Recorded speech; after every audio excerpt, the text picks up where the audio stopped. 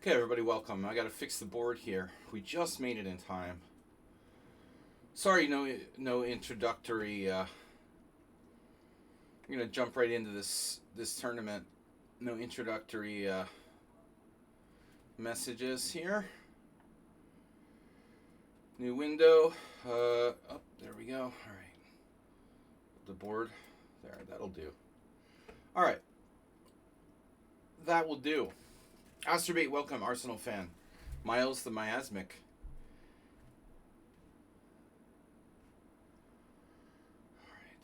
So G3 E5.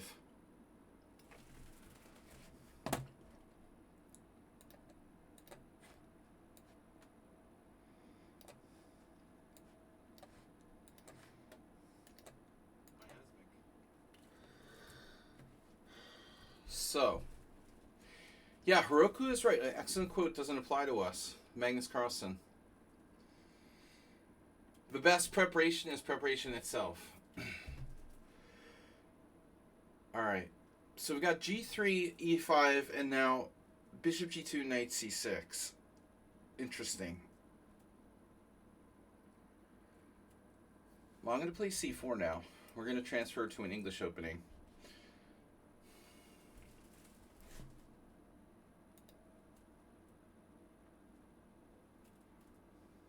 What the hell's going on?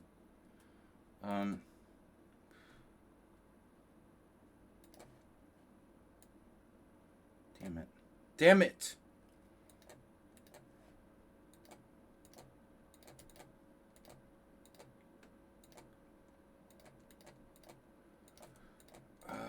Something crazy happening with my computer. What's it doing? Alright, so unusual close Sicilian move order here.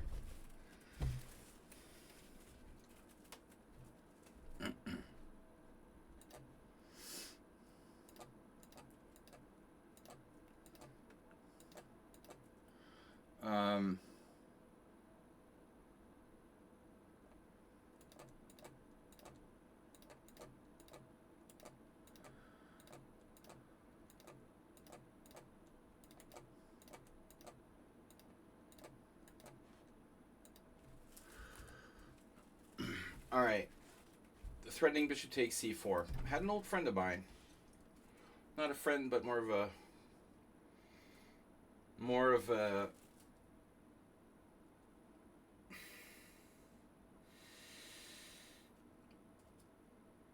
player I learned from, a mentor of sorts. Used to play the setup with white.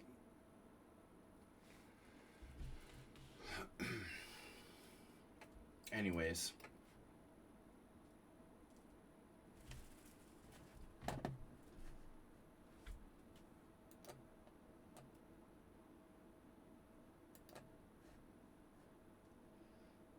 Alright guys, we're going to focus now.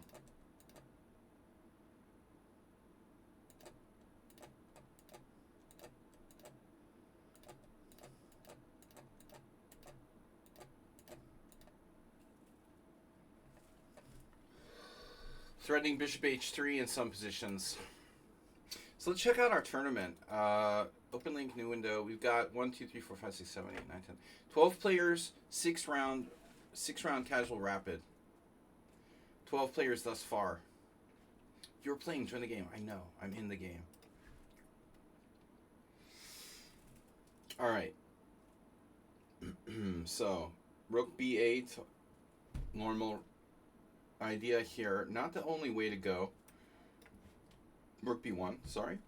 In reverse. Actually, I had a game with a friend of mine, Balázs Martini. Or Martini Balázs in Hungarian. About 6 years ago. Last round of a round robin where I had a terrible result. Very strong tournament.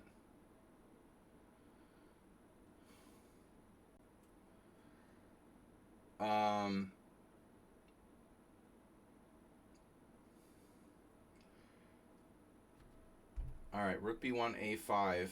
a5 I'm not sure about. Normally black will go back with knight d8. This move I think is playing on my side of the board. In this kind of close, saying objectively a mistake. I think, for black to play a5. Nigel Short has played these types of closed Sicilians. But ultimately, what can happen is that the a file falls into my hands.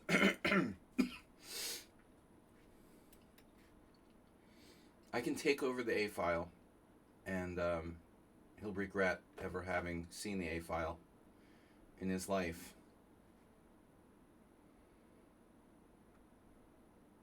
Good question, though, about where to put my bishop. D2 seems more, more, I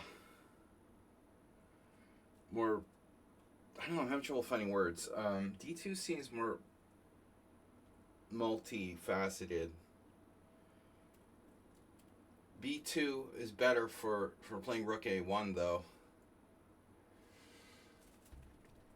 Multifaceted. Multi-dimensional.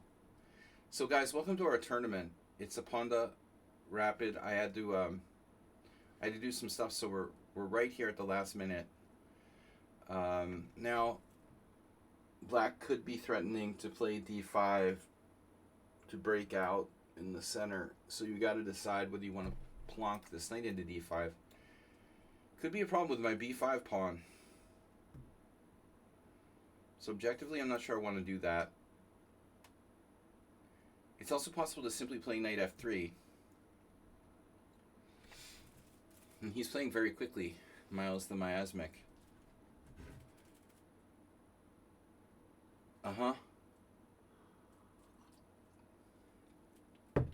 Training tournament.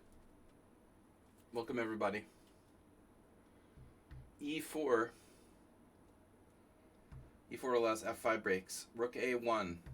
Rook a1. Queen a1. d5 takes. Knight takes. Knight takes. Bishop takes. Phew, this is complicated. Let's try it. I'm going to get in time pressure here. Wow, what's up? Why is my stream not showing up? Mr. Coffee, welcome. What's up? I hope all is well with you. With all of you. Thanks, everyone, for tuning in and playing. Yeah.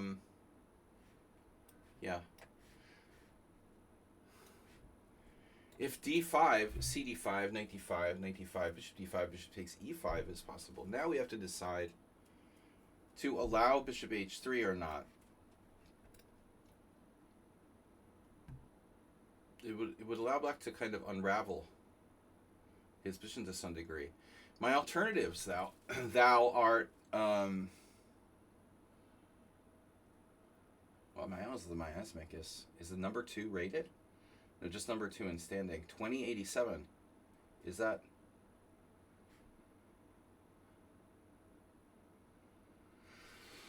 What do I do? H4 is possible.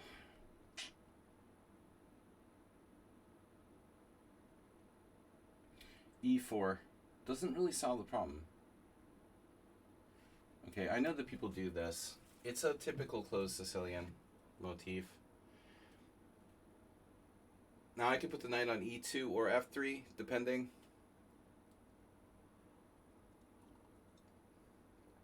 I'm getting low on time.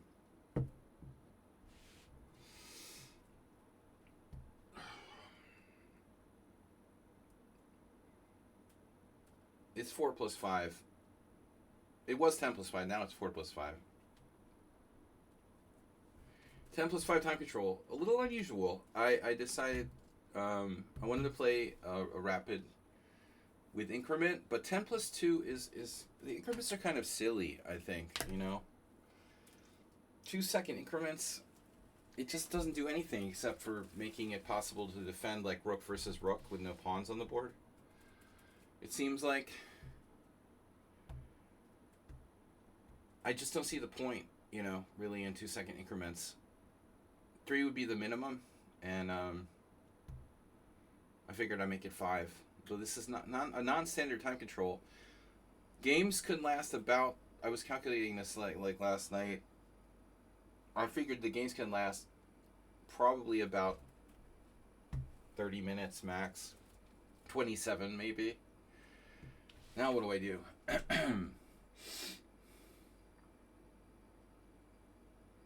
E2 kind of walks into F4. Am I supposed to take? Maybe I'm supposed to take.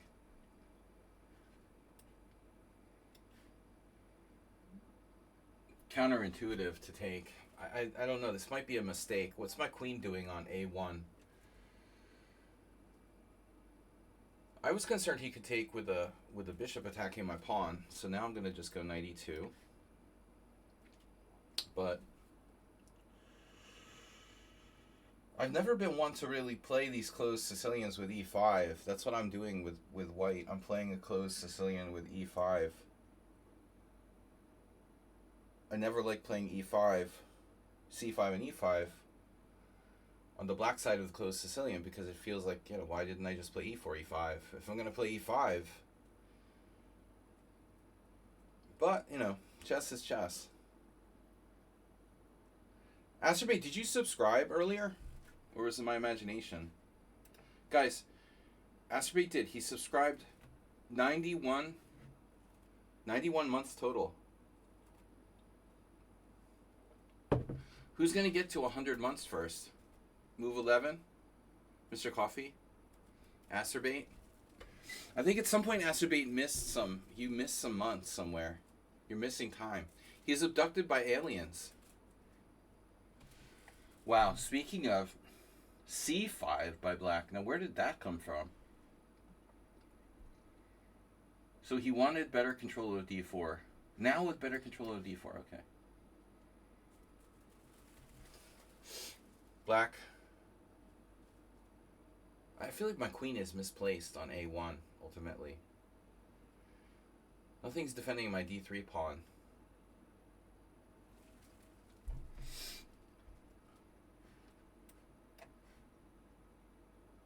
Looks like black is okay.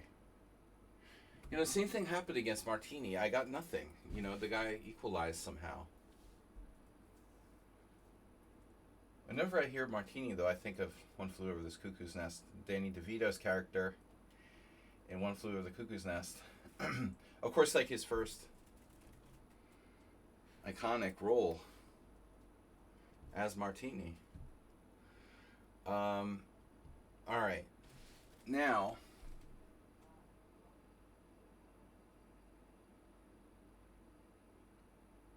this whole C5 thing makes a lot of sense. My bishop is going to be shut out. Bishop has to recycle. Recycling. What about knight to G5, though? Is that a problem? Unclear. Probably not a bad move. My bishop on B2 is bad. So is your G7 bishop. I mean, which is worse? You know, the bishop blocked by your pawns or the bishop blocked by your own pawns? Or the bishop blocked by your opponent's pawns? My bishop on B2 blocked by your pawns. Your bishop blocked by your pawns.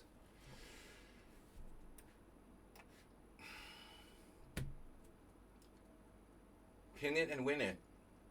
I have a very good bishop on D5 to compensate for the other one that sucks. Pawn is hanging. So that's an issue.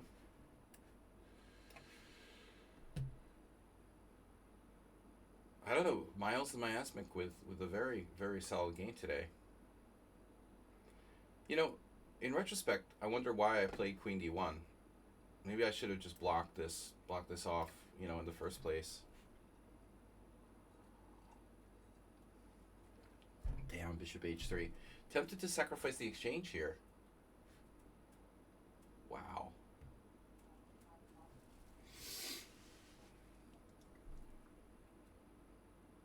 That's weird. Alright, alright.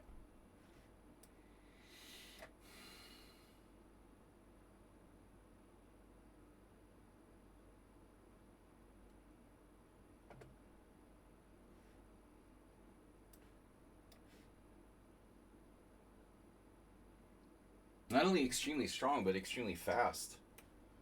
My opponent here. We're going to need to be careful. Did I have an alternative to them? I don't know. The guy is too fast, too strong.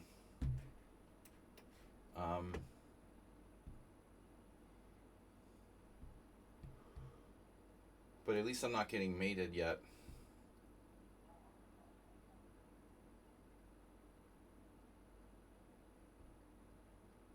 F4 comes to mind.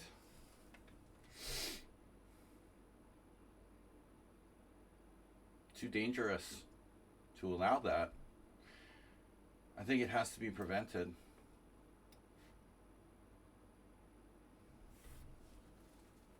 There's no choice. You forced me to play F4. I don't love it, but what alternative do I have?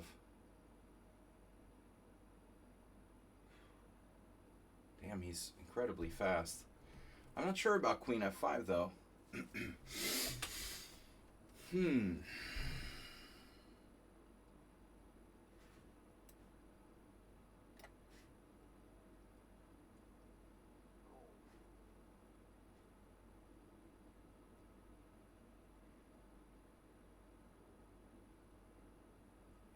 know, the weird thing about Miles the Miasmic, they don't have many games. 777 games.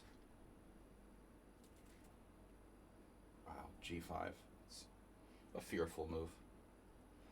Very fearful. He's afraid. He has a problem with being very fearful. You know, he has a lot of fear of me.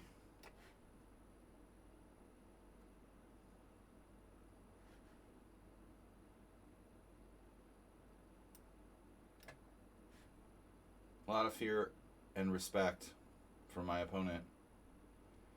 He's used 4 minutes for the whole game.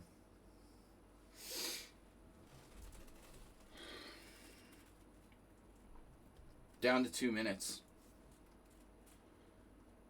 I mean, I would expect to see a player who has like billions of bullet games based on the speed of his play in this game, and he has 8.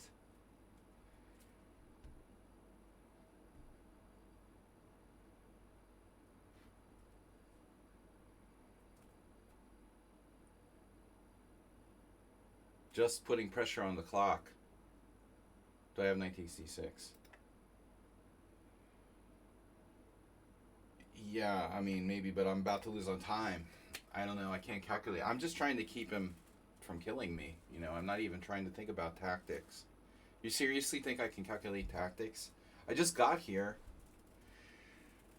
Knight takes d6. I mean, dude, he's lined up on the F file. I'm all loose. You know, I'm not going to do that. That's extremely reckless.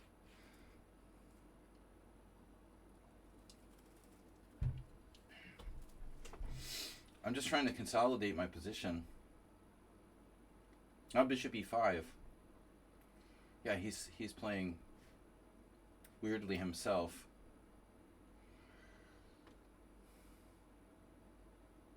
I think he was better.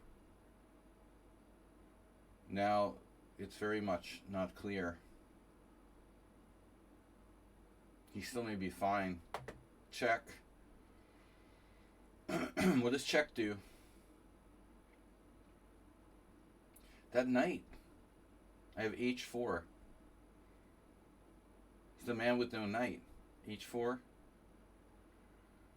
Stopping knight g5.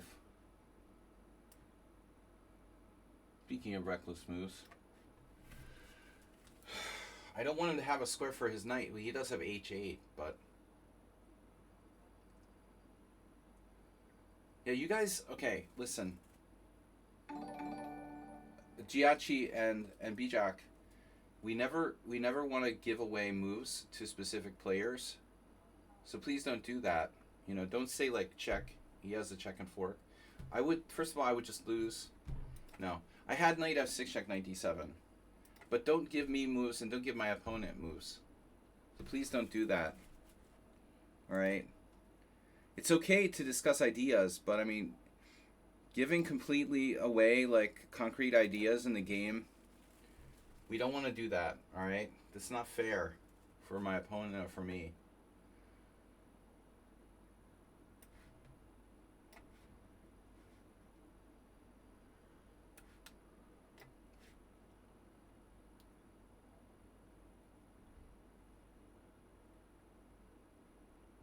Yeah, it's not cool. I mean, this is a game. It's a tournament, and you're telling me I had a fork. It's okay to discuss general ideas.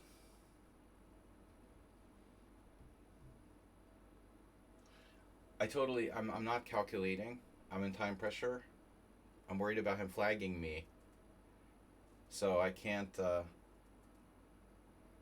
calculate. I just got it. I haven't played all day. I just got on. I'm not warmed up. I'm just trying to not lose on time and play reasonable moves.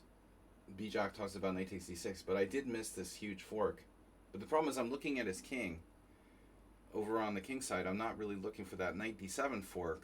It was over here. I'm looking at squares over here.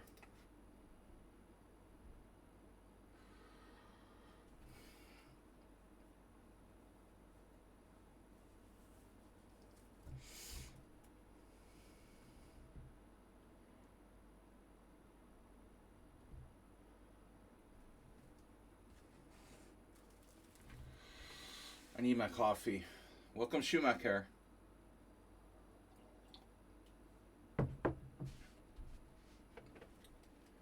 So he's losing a pawn now. Wow, that looks bad. I can't allow the queenie one check, though.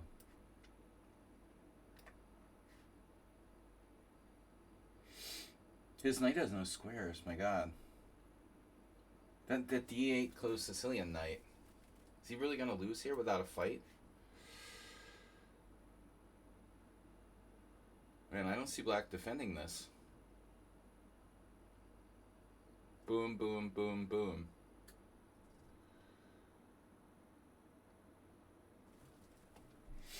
Remember, it's increment.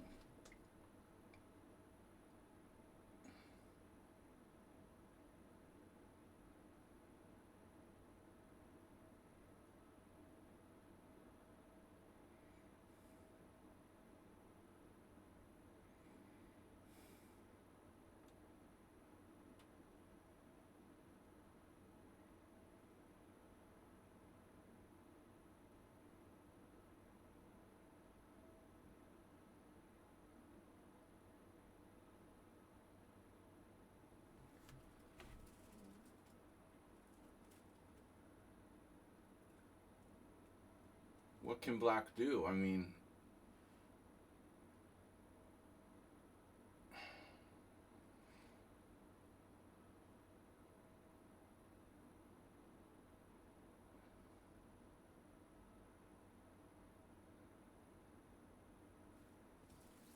Now his knight can't move. But again, if g4... So check, no. I go after the pawn.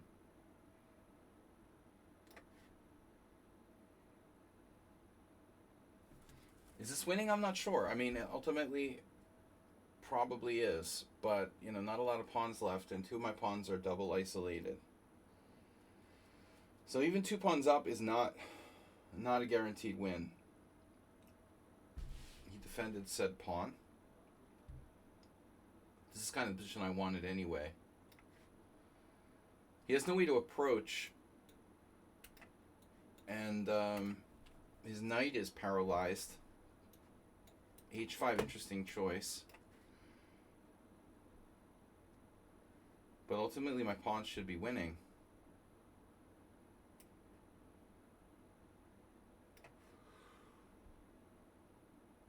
Which way do we do this?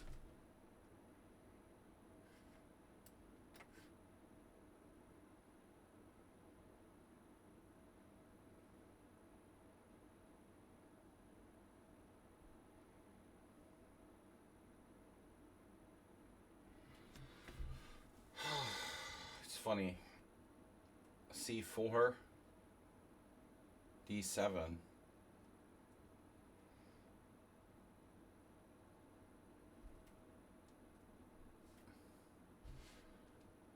I think you'll find with most chess sites that the owners of the site don't play chess. All right.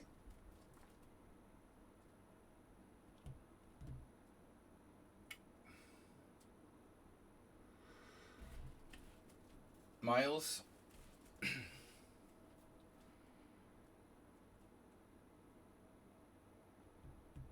Miles now has less time. So where are we? It's 1941. We started at 15. So how much time is that? That's 26 minutes. So this game has reached like the maximum. I calculated typical game 50 moves, about 27 minutes. This is going to be about 50 moves. We're right around 27 minutes now. Is the king and pawn game winning? It is. It should be. But not so simple. G6.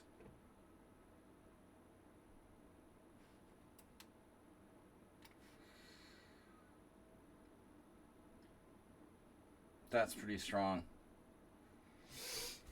Can't touch this. There's no c4.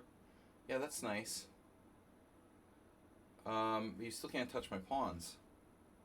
Pawns.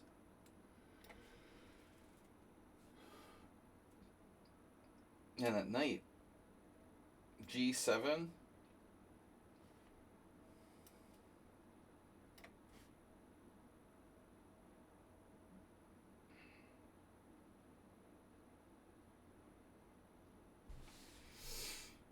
Yeah. Well, D7.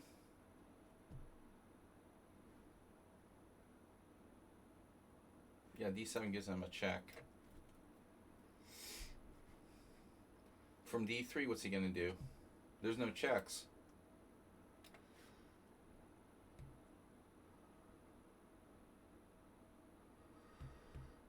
Look, come on, no checks. Pretty hard to stop that. All right. I just want to see, how bad this game was. This totally unwarmed up. Can't calculate one move.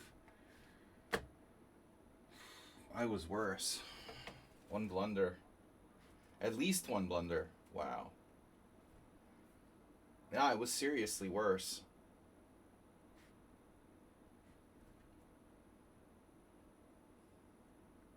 Not great. And I did miss the fork, obviously. Wow, apparently there's something there for him. So, your fork, the Giachi fork actually wasn't winning, Actually, it was all a lie, because he has queen e3 check.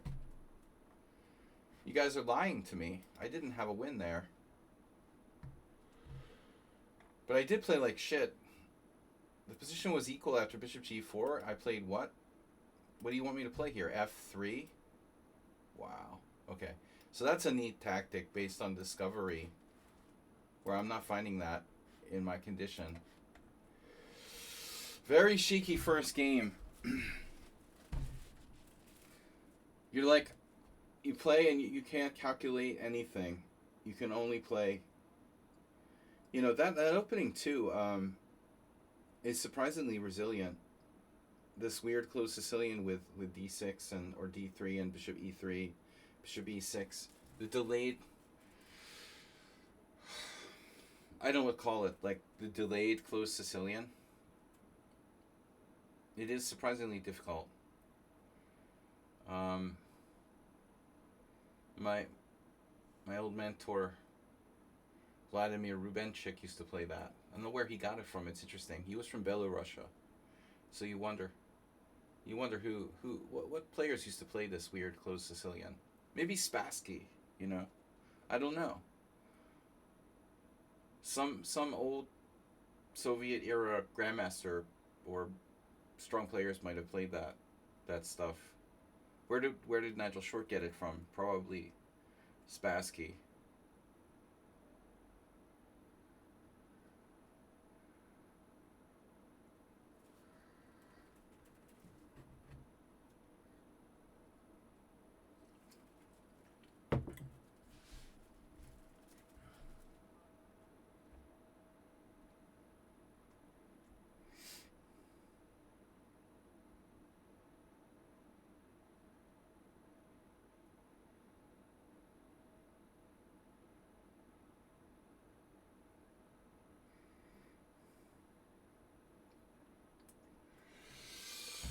All right, next round. Ruslan Bear, we have a request to join the team. Maddie White. Ugh, 10 games. I can't approve a 10-game request. 4 games, 18 games. I can't approve your request because you don't have enough games. You gotta have 100 games. Is Ruslan Bear even here? Guys, to join our team, you have to have approximately 100 rated games, blitz or longer. No bullet. We don't respect bullet here. Maddie White just tried to join the team, but I can't approve it until you have more games. That's the only problem.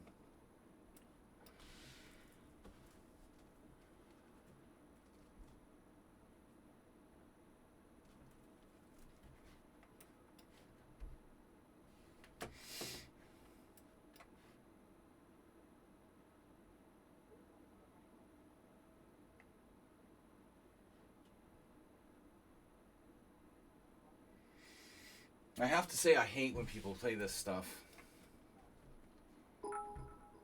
Caleb Devs. 1 bit, taking the lead for the week. That was fast. You can join the tournament. You have to be a member of the team. Are you a member? Do you have not enough games? Is it a question or a statement? What happened? Yeah, we got 1 bit from Caleb Devs.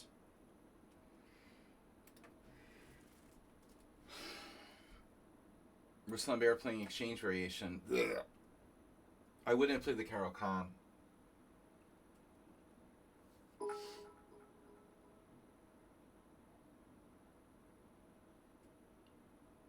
Yeah, I mean, if you're the guy Maddie White, I couldn't accept your request because you only had like 14 games.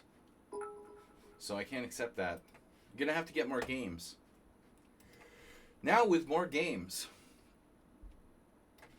I'm going to try Bishop H5 here. If you want to play G4, it's fine. You know, I'm not sure White's position is really designed for that. It's basically an exchange variation with a slightly less common move, Knight F3. I used to play the Caro-Kann all the time. I've been playing it a little bit here and there. I don't know why, because I'm stupid. The Caro-Kann, it's like, gives me indigestion. You know, oddly enough, I don't think Ruslan Bear has ever played this line. You know, he always plays like F4 or something weird.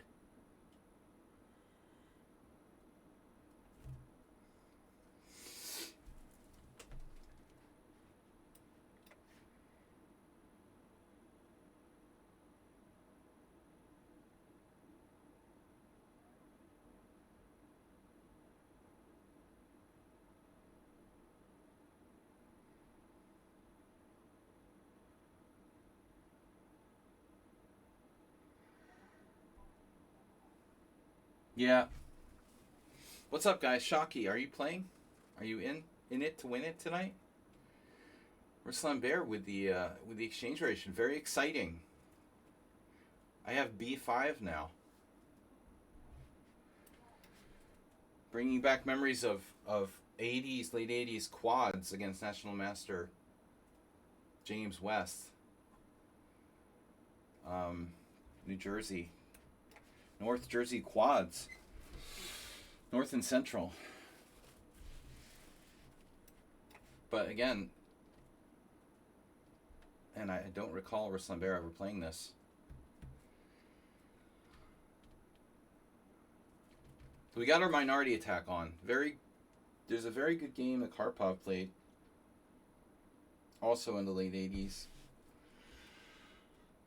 Around 88, Karpov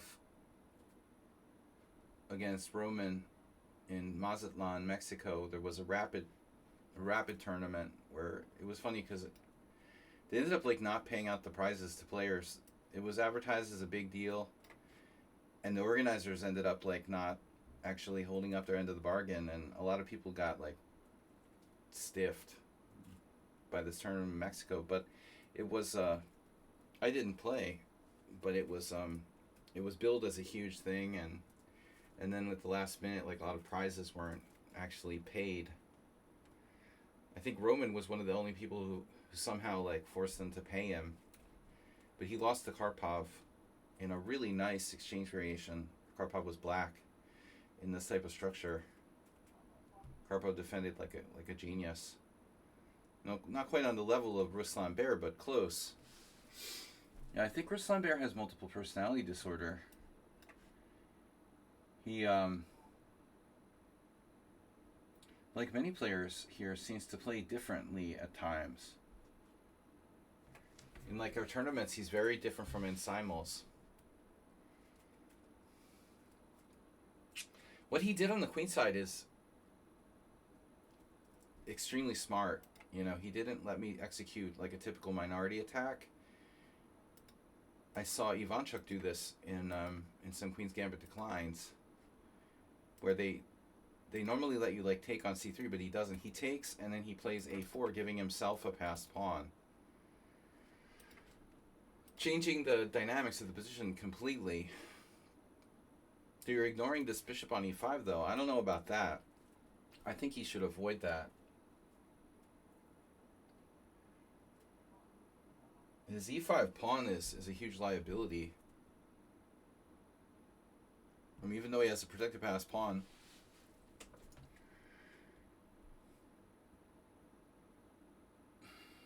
This pawn should provide me with some chances.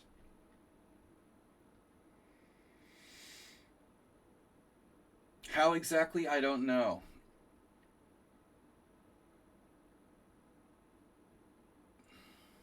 C-file. He can compete with me on the C-file. Queen B8, knight F3. There's some problems here. How do I use the C-file? He's just going to oppose it. If I play rook C8, he just goes, you know, rook C1. So what's my forward plan? Like queen b6, knight f3, rook c8, rook c1.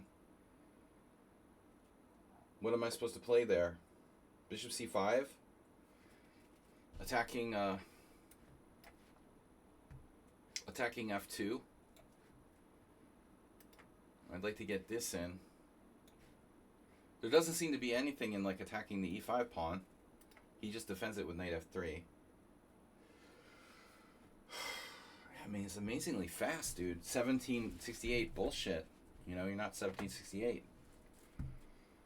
King h1.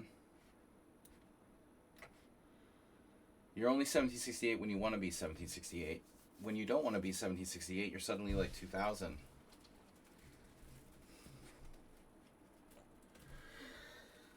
He's like different strengths. With vodka or without. Maybe. So, Astrobate, use enough preparation.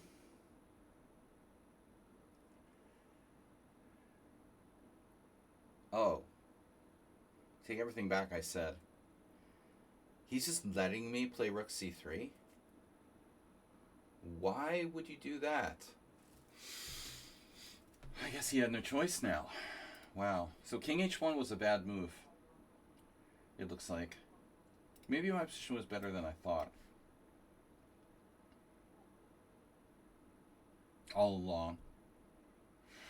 Still not easy to break through. He has a5.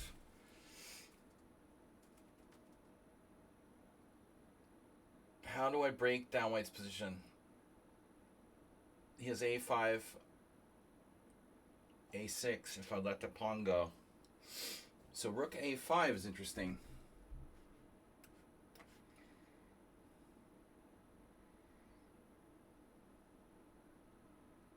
Everybody's always ahead of me on time.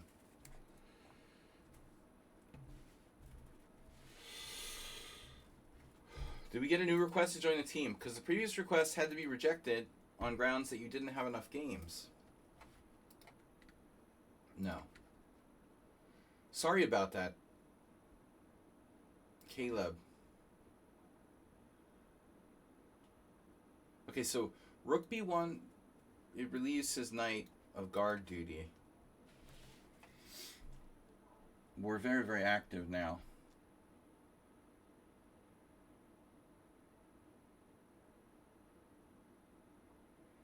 Rook c2.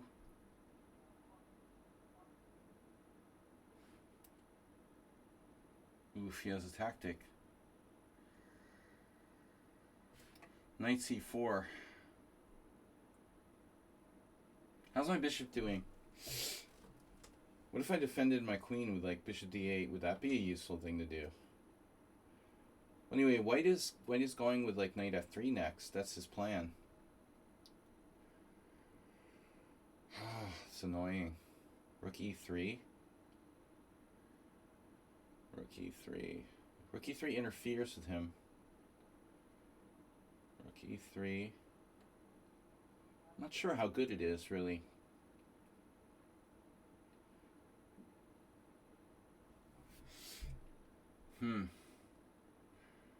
Rook c5. What's wrong with rook c5? Knight f3. Rook c5, knight f3, rook c2, queen e3, pinning my rook to my queen. This is rather awkward. Rook c5, knight f3, rook c2. Let his knight get to d4, and he's got a very good outpost.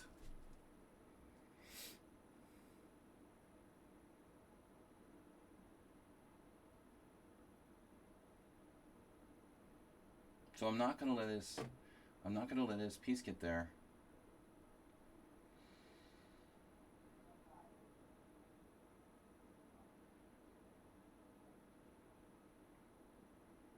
I like my bishop on e7. Good scope both directions. Okay, queen d4 attacks f4. So queen d4, knight f3, queen takes f4. Might be a major breakthrough. It's actually hard for him to find a move against that. I just realized f4 is hanging. Up close and personal.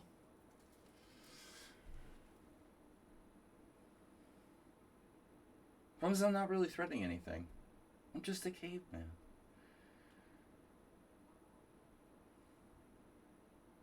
How about g5 at some point in the future?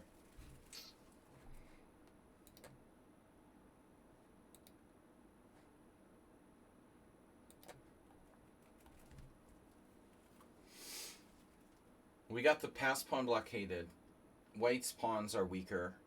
My b4 pawn is solid. What's he gonna do? It's hard. Rook on c3 is very strong. He has no knight f3. He can offer trade of queens, so like queen f2.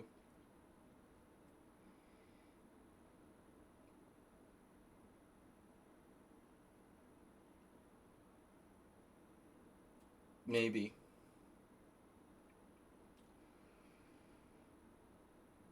Queen f2, rook f2, rook c2, knight e4. No substitute for calculation.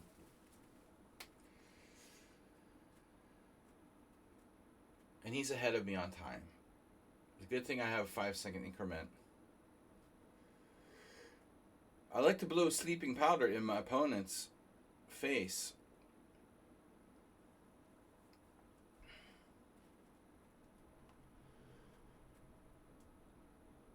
Ooh, I had a rough day today. I was playing poker till 5 in the morning.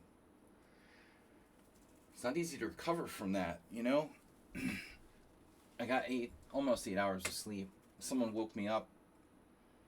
They woke me up after 3 hours because the postman was here. I had to go back to sleep. Then I slept another 5 hours. You can't survive without your 8 hours of sleep. I don't know about you guys. I don't know how, you know how Bill Clinton claimed he slept like 5 hours a night? Get the fuck out of here. That's bullshit, man. Nobody can survive on 5 hours sleep a night. How do you do it, Acerbate? How do you do it? How can you survive? Like, you ever sleep?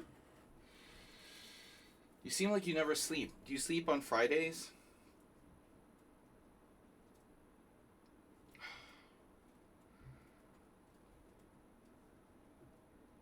and sitting for like 9 hours. Good thing I played in all those chess tournaments.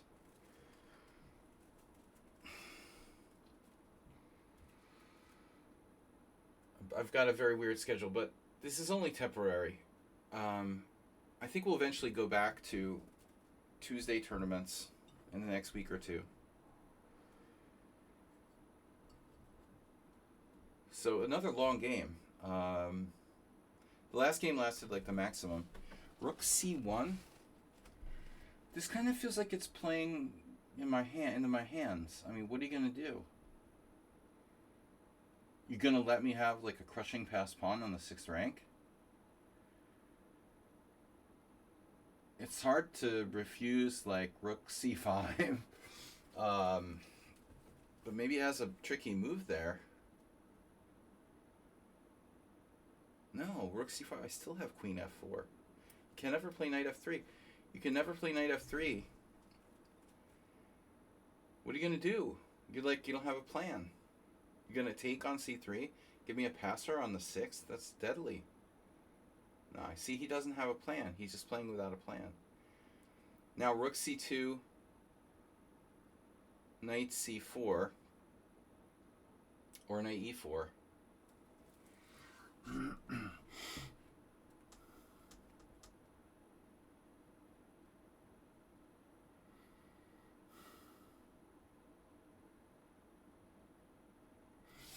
Maybe he has a plan and I didn't appreciate it. Let's see. Rook c2. Knight e4 doesn't work. Yeah, this stuff doesn't work anymore. I mean, I could just go here. He's got himself in a very bad pin now.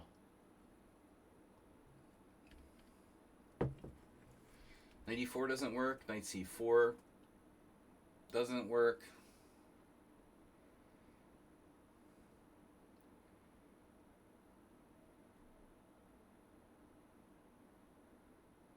Rook c3 looks strong. Queen b2.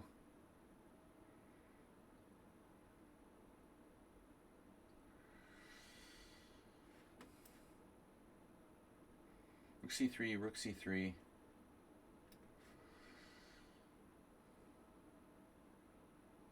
Did I blunder yet?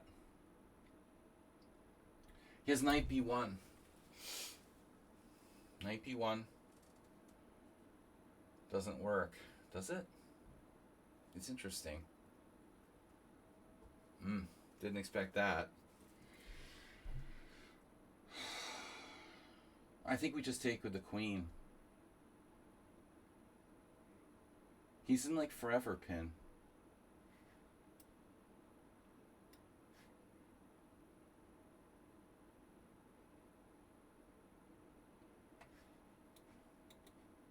How does he get out of this like forever pin? That looks pretty tough to do. Or maybe there's a way. We could also start pushing his A pawn, because my bishop is good for that too. It's like preparation H. The bishop is good for stopping passed pawn on the G1 A7 diagonal as well. See, that's the problem with the protected passed pawn on the 4th rank. See, it's just not that far advanced. So now it's no longer a protected passed pawn. I have bad news for that pawn. You're no longer protected and passed. Bishop c5 gets in some outs though.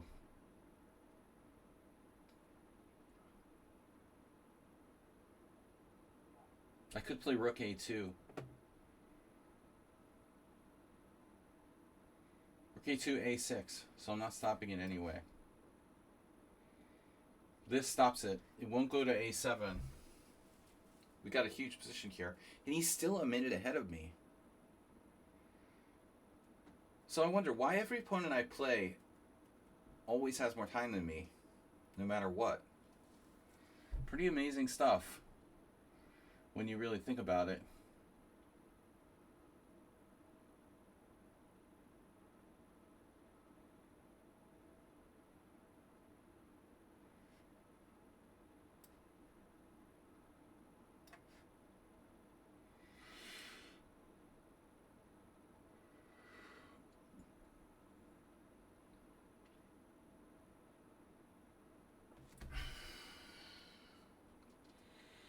he always has more time.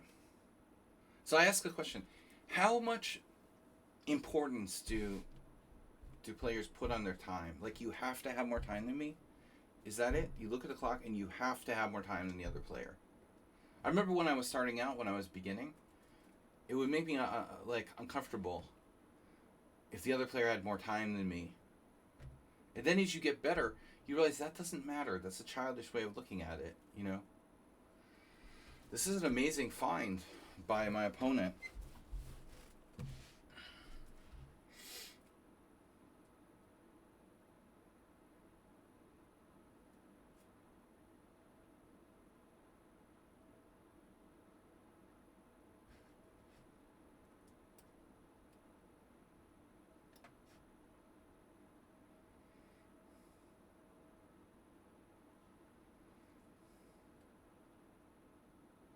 It's a new Ruslan bear.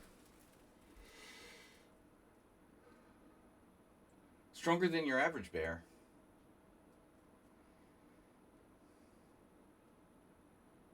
Crazy shit happening here, actually. Potentially. Oh, there's a brutal move. Queen E8 check, King H7.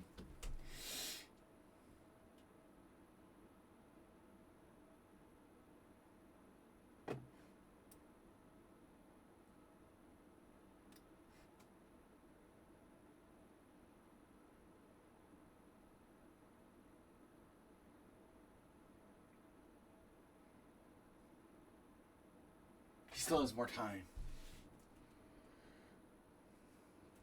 Google en passant. You have more time than me, that's the important thing. Especially in increment.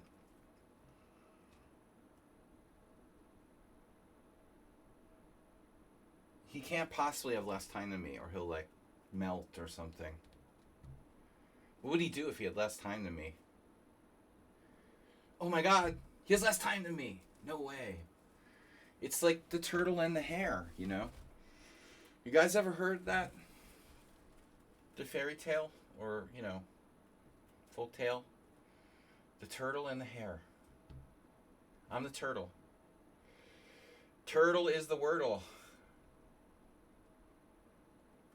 The turtle outruns the hare. He's down to 1:14.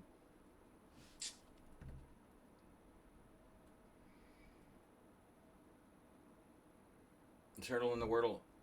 How long was this game? My god. Well, I don't know what time the second round started. These games, both of my games are maximum 27 minutes. 50 move game would be 27 minutes, so this is less.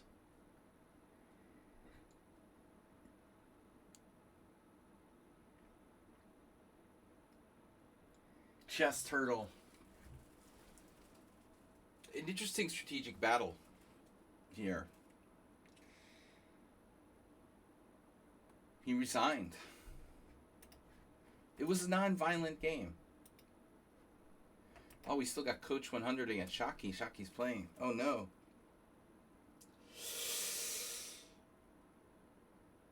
Nimzovich is in the house, apparently.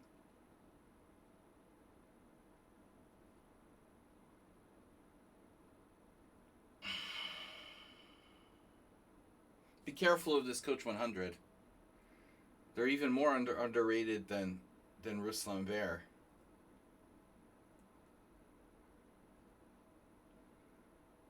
Shockey also with less time, although he's a very good bullet player.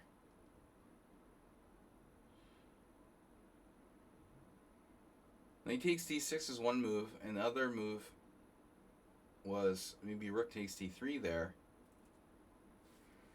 Rook takes d3, bishop takes d4 could be nasty. He was facing bishop takes d4 with threats of rook queen queen g2 mate. Now it's a little tricky.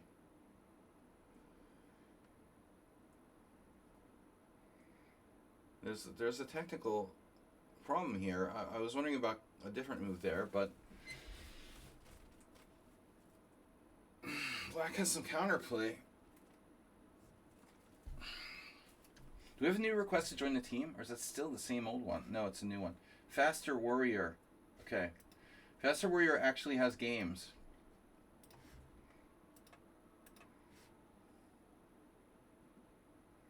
Did White just, like, lose a piece? Wow. White's down 2 pieces now. Coach 100, 1779.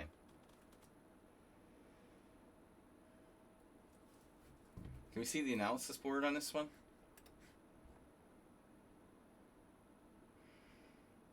No, Shaki's a strong player, but he's also known to be inconsistent. So it wouldn't be out of the realm of possibility he loses to a 1700. But I'm curious what we actually had here.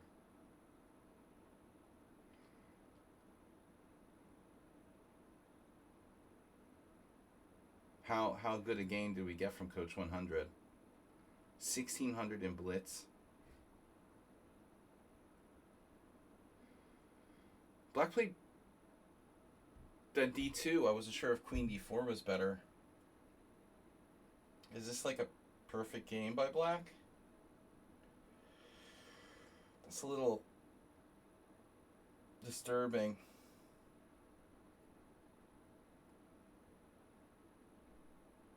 Black's play it's too good for his rating. You know what I mean?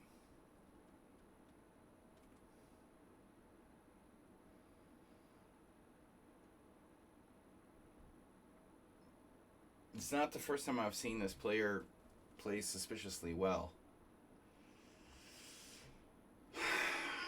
I don't know, guys, about Coach 100. But, you know, we can't be suspicious based on one game, but it's not the first time. If we start to see a pattern, though, I'm going to have to start having people removed. How about the first game? Oh, they had a forfeit win. Okay. Yeah, that player, that weird AIM, like, just doesn't show up and stuff. All right. Last time they won the tournament. All right, you're under surveillance now. State surveillance. You played badly, Shaki. You had 40-something cent upon loss.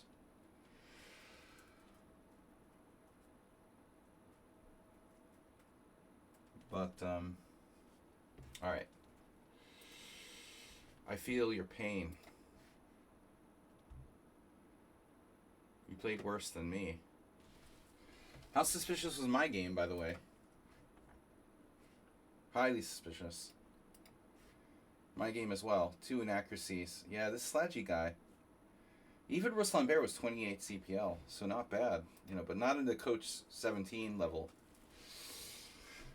Now, Arsenal would already be, like, you know, making direct accusations, but I'm not going to go that. We're just going to put you under state surveillance, Coach 100. An agent will arrive at your house very soon and ask you a series of questions. All right, next game. One ongoing game, no. This is old news. Where's my freaking tournament, man? All right, here we are. Okay. Black. No, we're white.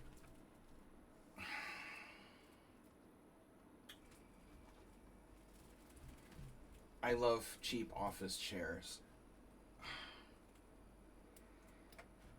Oh, I wanted to play the Birds opening and I forgot. Well, it's never too late to play the Birds. My opponent is not fazed by this whatsoever. Unfazed.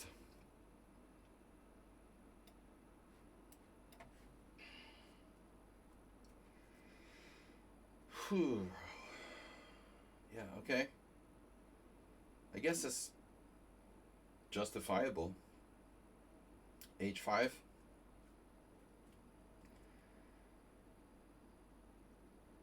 Interesting.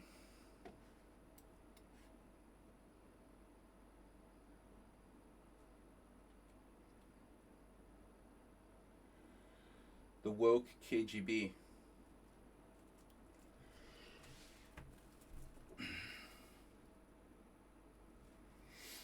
I'm not going to castle into this necessarily.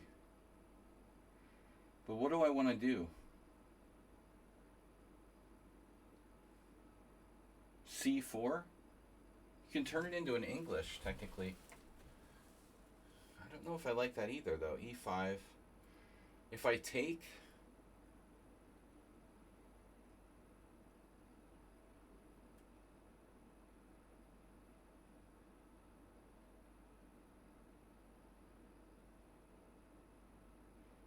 English. The English. Another possibility is H3 to meet H4 with G4, like a grob. Grub. I could castle. You know, objectively castling is sound. All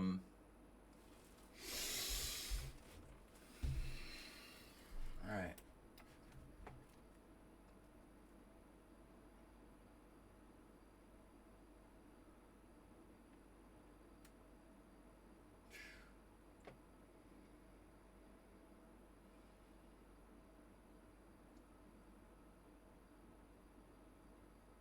H3, H4.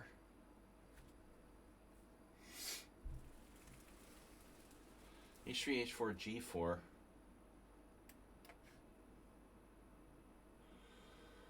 You're attacking me on my side, and I'm attacking you on your side. Whose side is this anyway? Bishop D7. That's a disturbing move.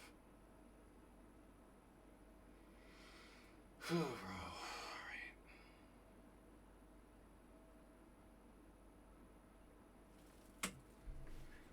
Wow.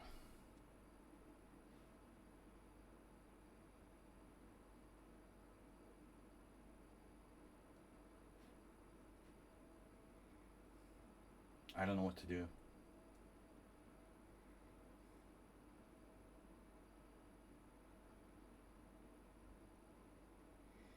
I guess there's nothing to do, you know? I mean, just deal with it.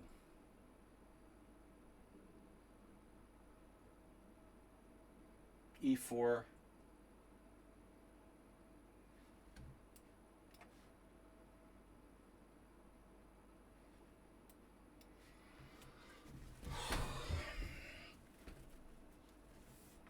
Not like anybody here listens to me.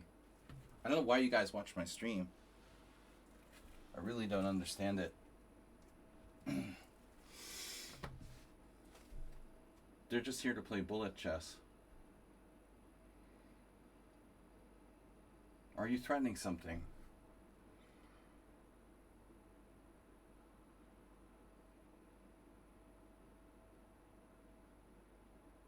Maybe they're threatening something.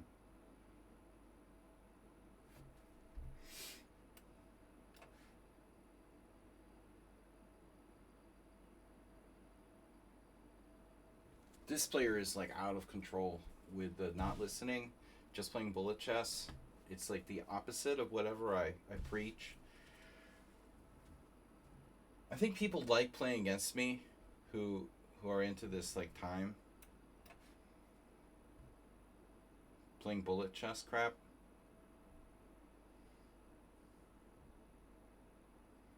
You know, this might actually be sound for black. It's unbelievable.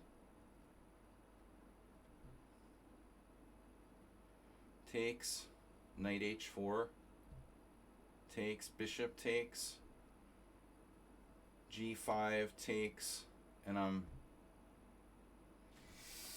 unsure.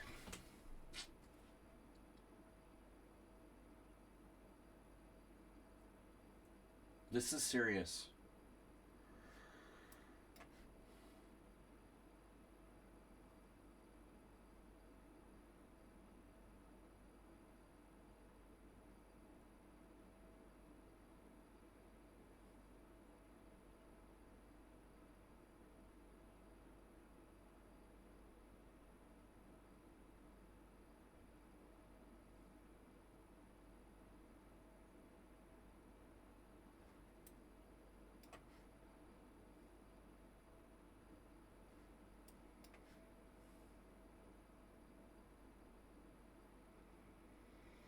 I don't understand.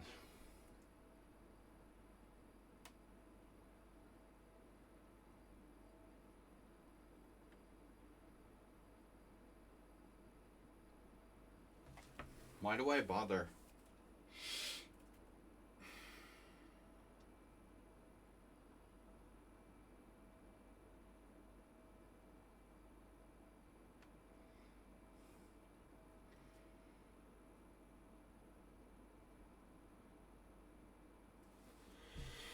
So what now? Bishop e3, c3, knight c3 allows knight d4.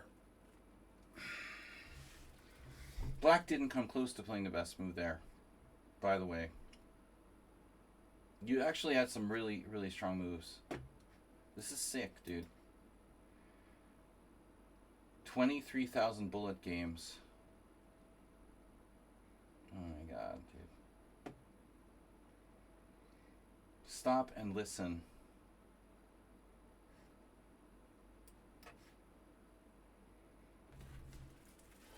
Listen and learn. Stop, listen, learn. Acerbate. Fire, safety.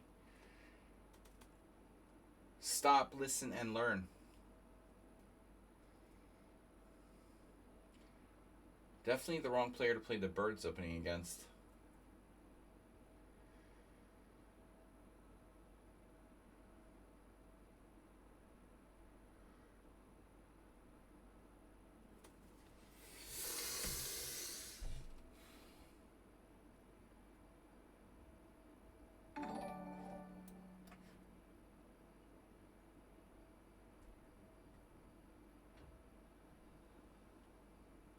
Who he took with the knight.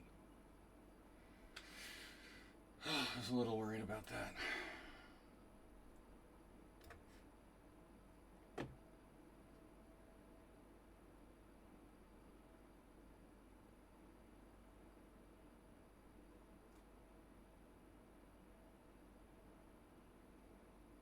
Just doesn't calculate.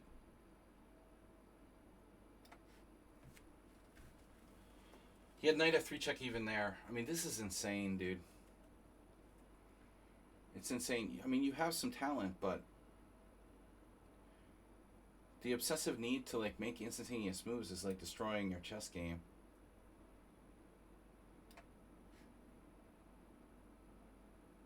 This is what bullet does. It destroys people.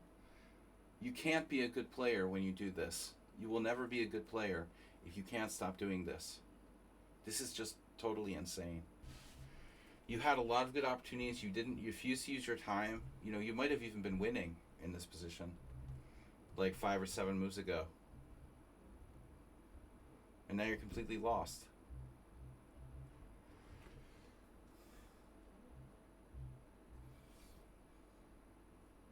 It's like watching YouTube videos. People get addicted to it and they can't stop. And that's all they do now. Sit around watching YouTube videos on their phone. I'm like, what are you doing, dude? I'm watching a YouTube video. So how much material am I up here? Well, nothing special. A few rooks.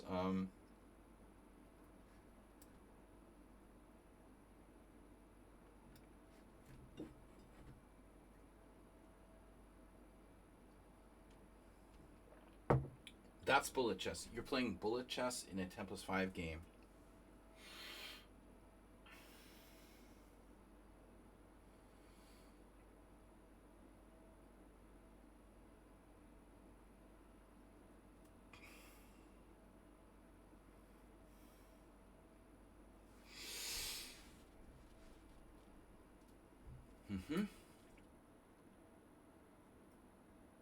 I could literally like lose a piece here and still be fine.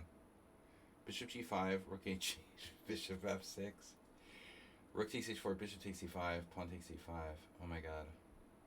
I'm up a piece and a rook.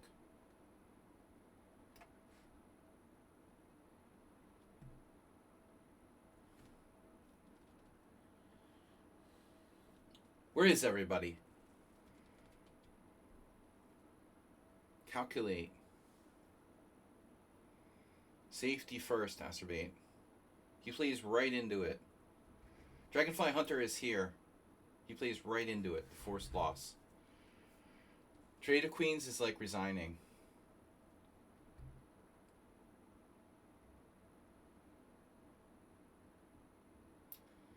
I missed that move, and it's a good thing it doesn't work. Phew, bro.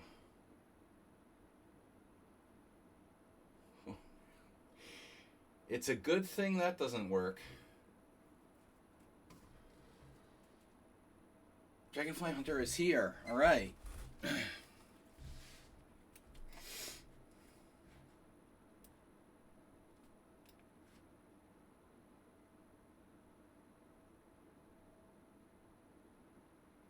I don't know what to say anymore.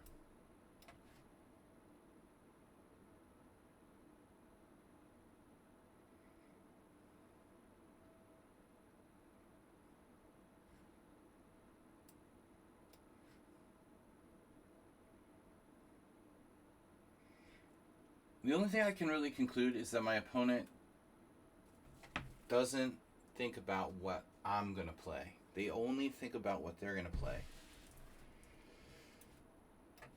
They only think about what they're going to do, their moves.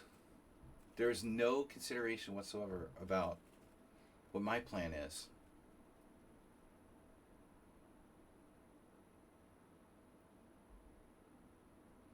Right? I was totally winning. If you were totally winning, then why didn't you win? If you knew you were totally winning, then why didn't you win?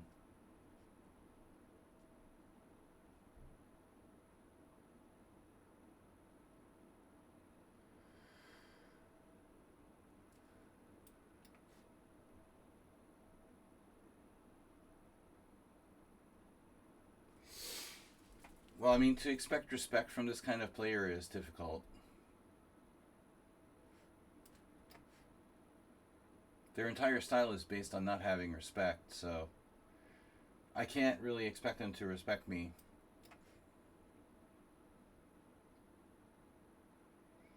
Their entire style is based on having no respect. Yeah, they probably were winning, you know. But I'm the first one to admit that. And actually, you weren't. I'm actually surprised that you weren't winning. But in fact, you weren't winning. You were never winning. You were slightly better. I have to admit, I thought I was in trouble too. But it's only minus 0.9.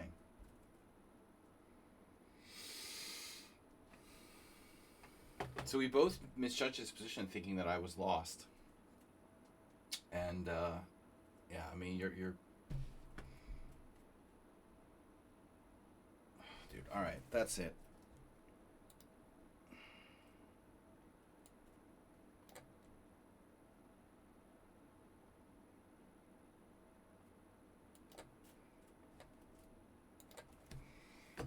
Damn, dude. I mean, the lack of respect is just. What do you expect, dude, from this player? You know, how can they respect when they don't respect the game?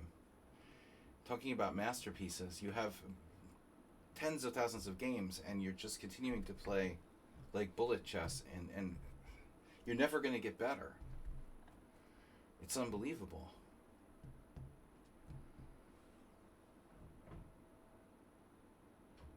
It's unbelievable. It's incomparable. I mean, this is a draw if I go back, by the way. You know, that's a draw by repetition. If I don't accept the sacrifice. Coach is coaching again? Oh no. That's not good, dude. Oh my god. Alright. I think we're gonna have to ban him. This is too much now.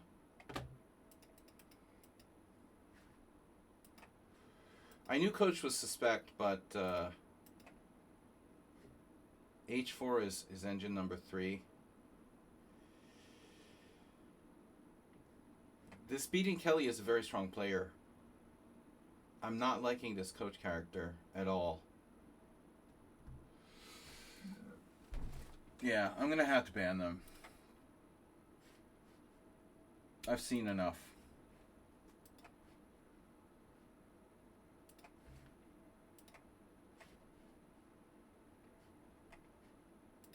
That's not happening, dude.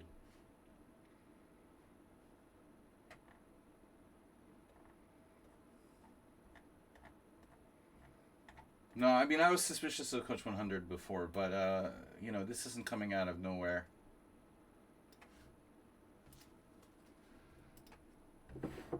2 games like almost perfect against players who are 500 rating points higher. I'm sorry, but statistical chances of that are very, very low.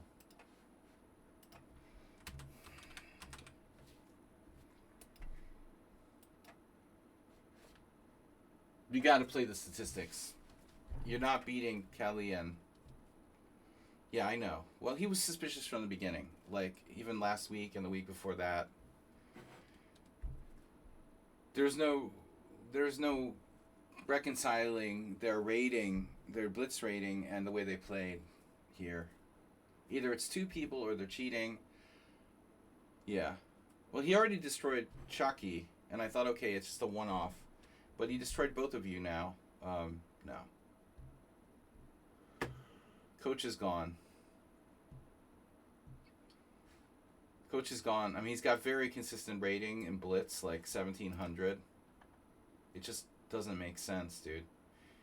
He played 58 bullet games today, 20 and 33 with 5 draws. 70 blitz games with way more losses than wins, with a rating of 1,700, and you're just gonna wreck like 2,300 players. Get out of here, dude. Bye.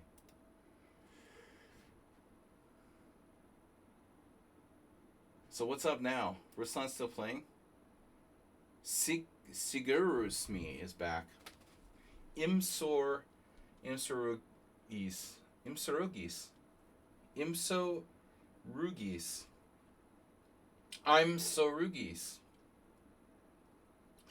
Sorugis. Maybe his name is like backwards in Greek. Coach has been warned, and now they're banned. Yeah, I mean, sorry. You don't play like 60 blitz games in one day, consistently rated like 1690, and then just mow people down with like perfect games in rapid. That's not how it works. You're obviously cheating. I just don't know I don't know how people like think that we're that stupid, you know? It's like a 5-year-old. I mean, do they think it's okay to cheat because it's a casual game? Because I think there's this... With some people, there's this mentality of like, oh, it's just a casual game, it's not rated, it's okay to cheat. Sometimes I would get that sort of attitude in my simuls. If it's not rated, it's alright, cheating is allowed. You know, whatever. You know, if the player wasn't suspicious in the first place, I probably wouldn't ban him after 2 suspicious games. But in my opinion, he was already suspicious well before today's stream. Because he played, I mentioned it in several games, he played unbelievably well in certain aspects. Against me, too. Although I think they tried to be careful about not being too obvious about it until a point. But I told you from the first moment he played on my stream, anyone named Coach, who's like 1,700, is already like... He's trying to like make a business for himself. Or something. Why are you named Coach if you're 1,700 on Lead Chess? That means you're like 1,400 FIDE. So who are you coaching exactly? Like 3-year-olds.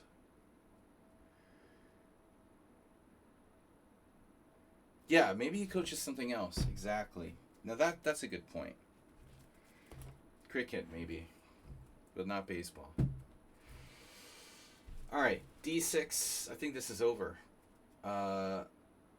So I'm so Rogis, because Greek names end in is, right? 2744 performance rating. I don't need to see anymore. He's 1,000 points above his expected performance. There's nothing to see here. Just move along. Don't mind the blood on the floor. Someone will be along to clean them up very soon. So he's banned. I'm not going to play him, for sure. Then we have the player who missed the first round. They beat Smernster and Asterbate. It's a Swiss Gambit. Giachi is there. Kelly got smacked by the coach. Schumacher lost. Oh, Schumacher forfeited. Schumacher, bro, you can't forfeit, man. Young Samurai, Astrobate, Ruslan Bear. Who else is here? Miles left us. Siguru came in. Pondi 3. Like a Pawnda, but a Pondi. Smernster, Stefano 8. Yeruin, Redusa, and Dinesh Genius. Feels like someone's missing. We're missing some regular participants this week. No Uber driver. I know Arsenal fan was venting earlier. He's in a bad mental state. Just a minor threat. Speaking base, but just a bit outside. Is he slow rolling his opponent here? Look at this. Sigurosmi. He has 6 minutes left against Ruslan Bear. Ruslan Bear must have berserked. Astrobate, you're down to 1480? Oh no. No, who's 1480? Don't slow roll your opponents. I had a poker hand with a friend of mine yesterday. I never slow roll people, but just, it was funny. I did slow roll my friend. It was just a small pot and it was funny. I had a set of deuces and I knew that he didn't have a clue. And he catches an ace on the last card. And he hit it, and I was really surprised that he didn't bet, but he didn't bet. And I just checked behind, and then he's like proudly showing down his ace, you know. I'm like, oh my god, you got an ace, oh my god. So I did this like total theater, you know, that I was upset that he gets an ace, and then I showed him my 3 deuces. I don't like to do that, but it was funny. It was funny. But this is ridiculous. Why is Sigurosmi doing this? He's got 4 minutes and 55 seconds. It looks like he might actually be disconnected. But no.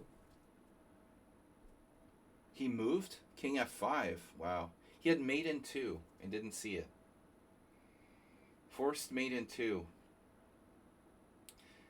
Kind of feels like he's trolling. He's trolling Ruslan Bear here.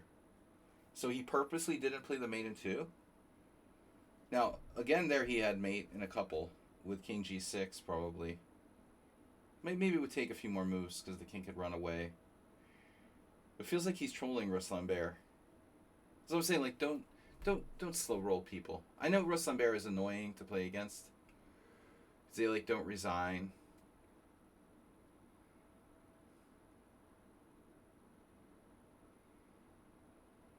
Possibly he was legitimately disconnected. But it was funny because he had mate in 2, rook E8 check, King G7, rook G8 mate, and he sat there for like half an hour. You know, not playing rook E8 check, rook G8 mate, with a knight on F7. Larson said you can never get mated with a knight on F8, but you can definitely get mated with a knight on F7. Oh, knight E7 check is a horrible move. Horrible. He's panicking now. In Ruslan Bear's time pressure.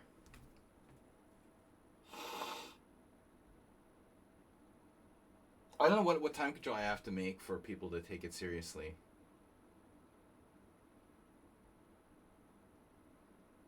Game 60, they would still play like it was a bullet game.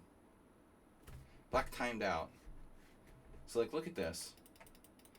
If we go back here, like 15 moves. Here, here, here, here. Oh no. Oh, guess I was wrong. I didn't realize he was in check. So the whole time I thought he had mate in 2. He was actually in check. Alright. My bad. He didn't have mate in 2. He was in check. Little details you miss when you don't get enough sleep. Alright, coach is kicked out. We're just playing the odds on the coach thing. I'm sorry, dude. What? That's not how it works. You don't crush Shaki and Kelly M with your 1700 rating with perfect games. That's not gonna fly. This is not the place where we cheat. This is a friendly tournament. Take the cheating somewhere else.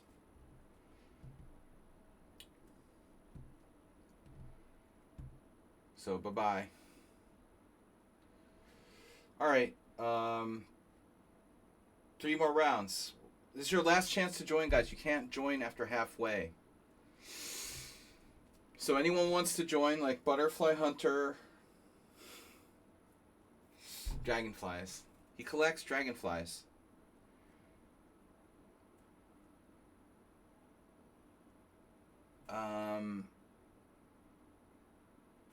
There's a museum of dragonflies.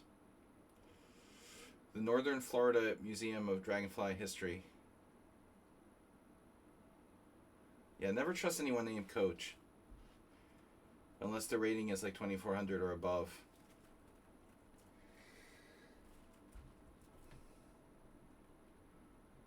Guys, welcome to the tournament.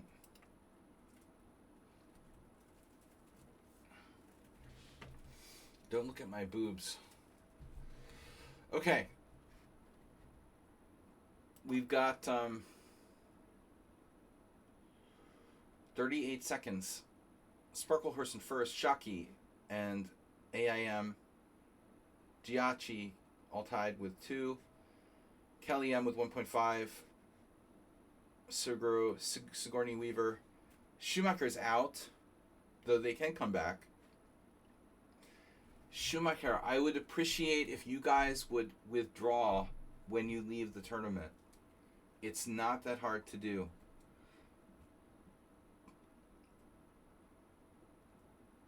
Wait, can I rejoin? You can rejoin.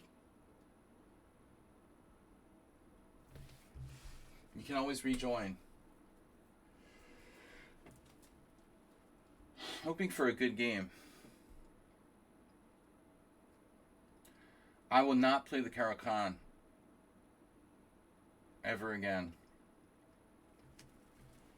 After that, the Ruslan Bear game. Caro-Kann is boring. You know, it really is. And I don't know why I always want to play it.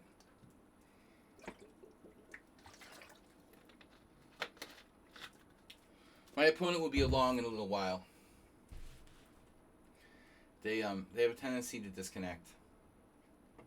They forfeited the first round and then showed up for round 2. So I think that they're hoping that I let my guard down and I close the game or something, and then they come on and win when I'm not paying attention. I love when that happens. You know, you just figure your opponent's not there, you turn off the screen, you go do something else, and they show up and win on time or something. How many times have you done that, Asterbait? Guys, tomorrow night analysis stream. Asterbait, did you send me a game? Wait a second. Dude, why can't I open? It's not letting me open a new page? Dude. Alright, let me open a new page, dude. What's your problem? Open in reading mode? I just want to open another page. Why doesn't it let me? Open in a new window. Oh no, maybe you didn't send me a game. You already sent me a game. I'm crazy. That was just an ad for the tournament, right? Oh, you didn't send me a game. I thought you did. Oh no, I know what. I have a game for you. Asterbait. I played another Asterbait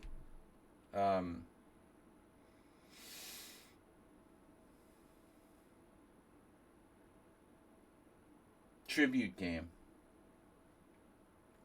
I think you're going to like this one. Once in a while, we've got an Asterbait tribute game that I play anonymously, and I'm thinking Asterbait would really like that game, so I included it in this week's. And I was thinking about your name being on it, and so I put your name there, and then I thought it was your game, but it's not. Okay, guys, World Senior October. I've got to go to the States in late September. we'll have a little bit of a holiday, well, break anyway.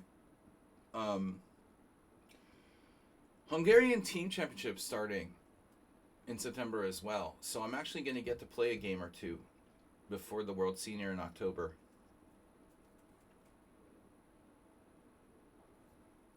Guys, donation bar up to 1832.22. We need to get it up there because we only have 52 days to go. This is very disappointing. My opponent is not here, but don't give up on them yet.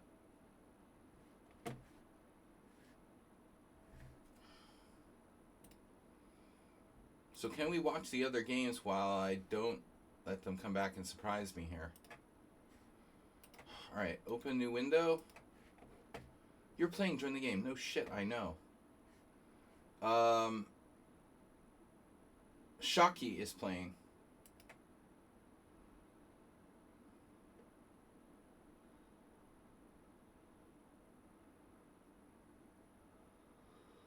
Now, what opening is that, do you suppose? You don't play the Petrov. It was a 4 knights with d4. Interesting. And then Kelly M playing Acerbate. Oh my god. Looks like a Ross Limo. Kelly M with the knights again. Poor Acerbate getting Rosalie mode. Rossalo mode. Acerbate, there's always a chance for back rank mate. Acerbate's got terrible time management. There goes the back rank mate. He's got Giachi level time management. I mean, I know it's a tough pairing. You're playing a very strong player. They're 500 points higher than you. But you can play sometimes Acerbate. You don't want to give him the game for free. It feels like you're just kind of giving up without a fight. Not the same as Giashaki, who just plays too fast.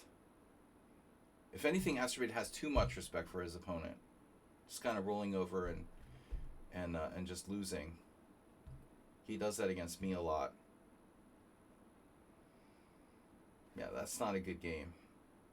Acerbate got crushed. So Siguru in Hungarian means like Syria. Siguru. Siguromi, Young Samurai is not here. A lot of people dropping out. Ruslan Bear is here. Nefedov is here. Uh-oh. Wow, here's a good battle. Nefedov, good to see you.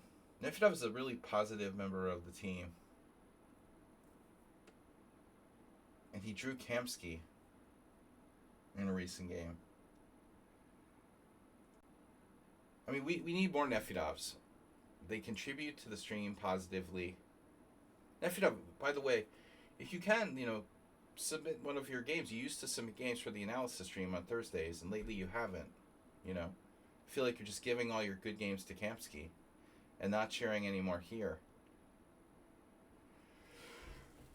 Ruslan's opening is disastrous. Just disastrous.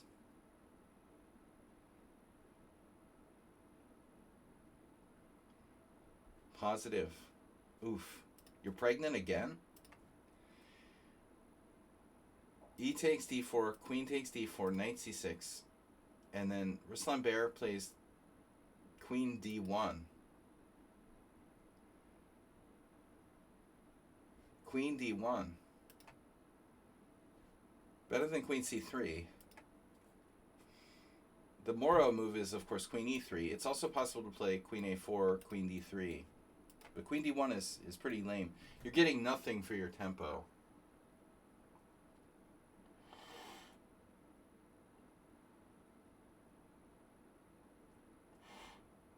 No, I mean, Nefedov, he's a positive. We need more people like Nefedov, Acerbate, and Mr. Coffee to fill out the community. You guys, I appreciate you all. Mr. Slow. There's a lot of good people here. Tomas Strangson, Richard Branson, someone on sound. Yeah, just to name a few. Not that many of them are here today, unfortunately. We have a lot of good, positive members of our community. Now, there are some other people who rant and narcissistically, cry about and complain. We don't need that.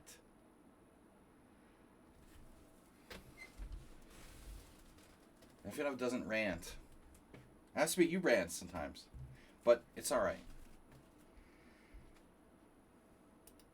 So what's happening here? Horrible opening by Ruslan. Nice structure.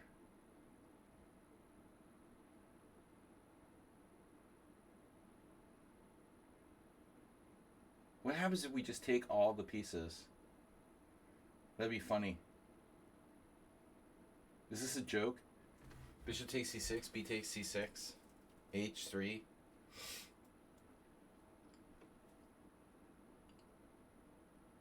He played h3 voluntarily, practically forcing Nefedov to take.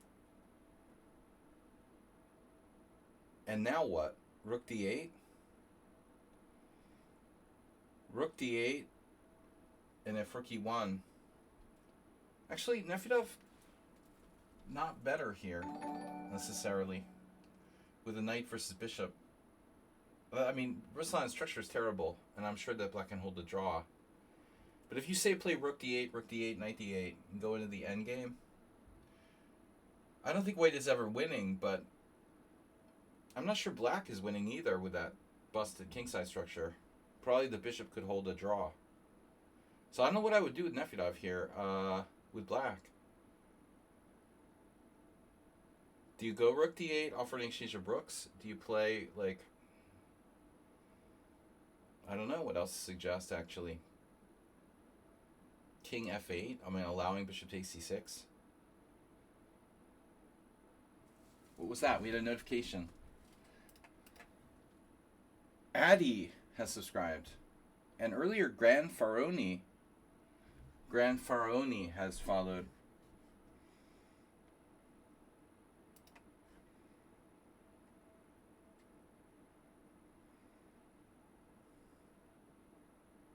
Oh my god, where's my game?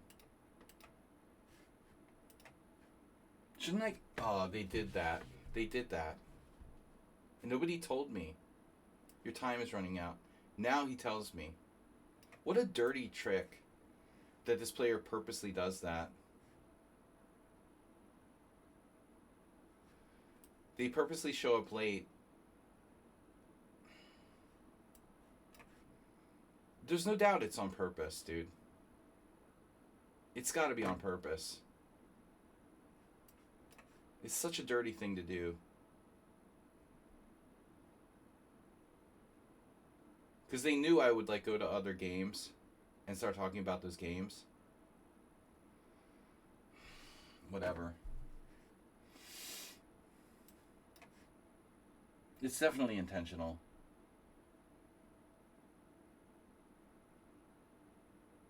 That's so weird to do that. Seriously. The screen is not refreshing. Yeah, it's not. Not sure why. I guess I went to a new board. Yeah, I got confused. It's not letting me. I'm playing on two boards now.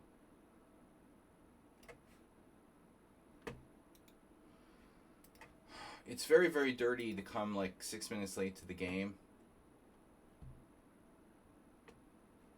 I have no doubt they do it on purpose.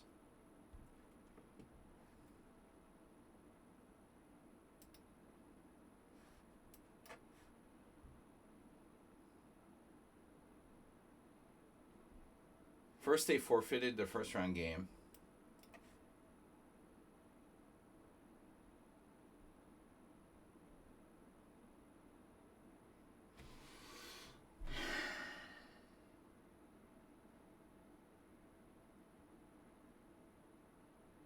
totally lost interest.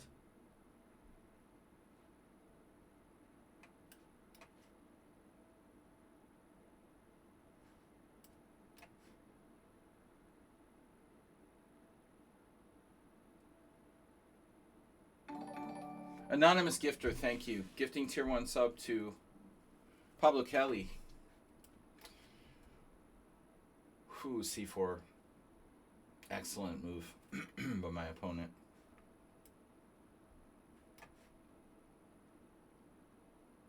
So this player,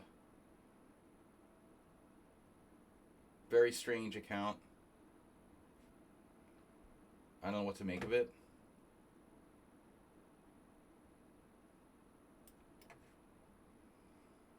I can put some pressure on maybe A6 with the A6 bishop. I don't like their knight coming to C3, optimal square.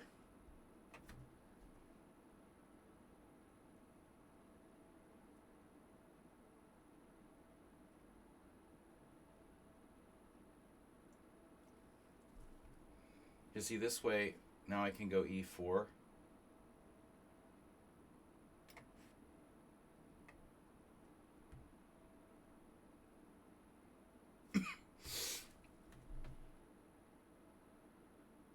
There was some problem if I played E4 with the knight on C3.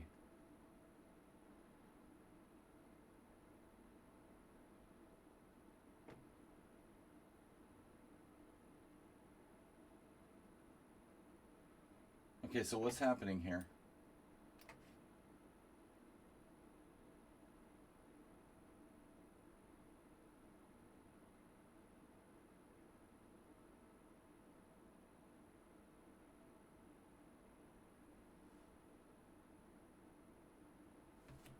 I want to play, well, we can play Rook B8, Rook B8. We can play Rook B8, Rook B8. Or just Rook B8. Yeah, I don't know what the deal with this opponent is. I mean, they missed the first round, 2 tournaments in a row. They won the tournament last week, very strangely. Then, you know, they don't really talk.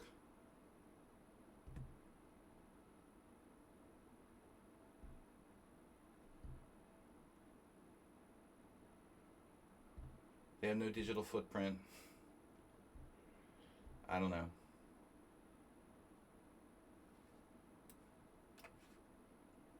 We're just here to play bullet chess anyway. So check. We're just here to play bullet chess. Bishop takes C4.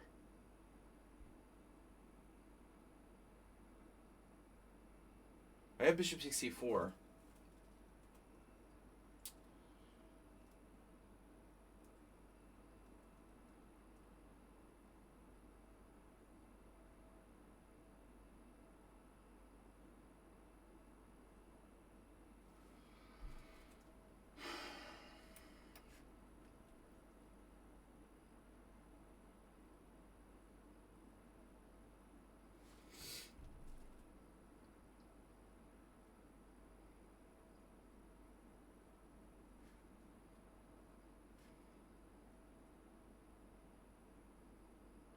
It's like we're playing a bullet game again in 10+5. Because I love bullet chess so much.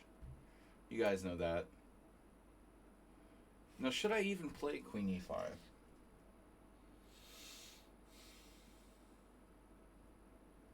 Well, why not?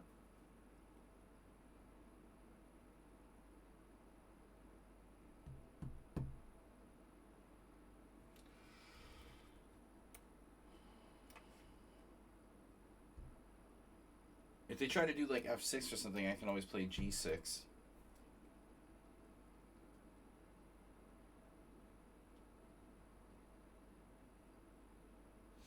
So somehow they came, it's like the time that I played Kamsky, and he was a half an hour late, or I don't know, not a half an hour, but it was still a long time. It was like 15 minutes late to the game.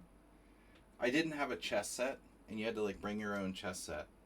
So Kamsky manages to come like 15 minutes late, where he's probably preparing for me in his hotel room until the last minute. Then he shows up, and I don't even get the advantage of like having an extra 15 minutes because I didn't have a chess set.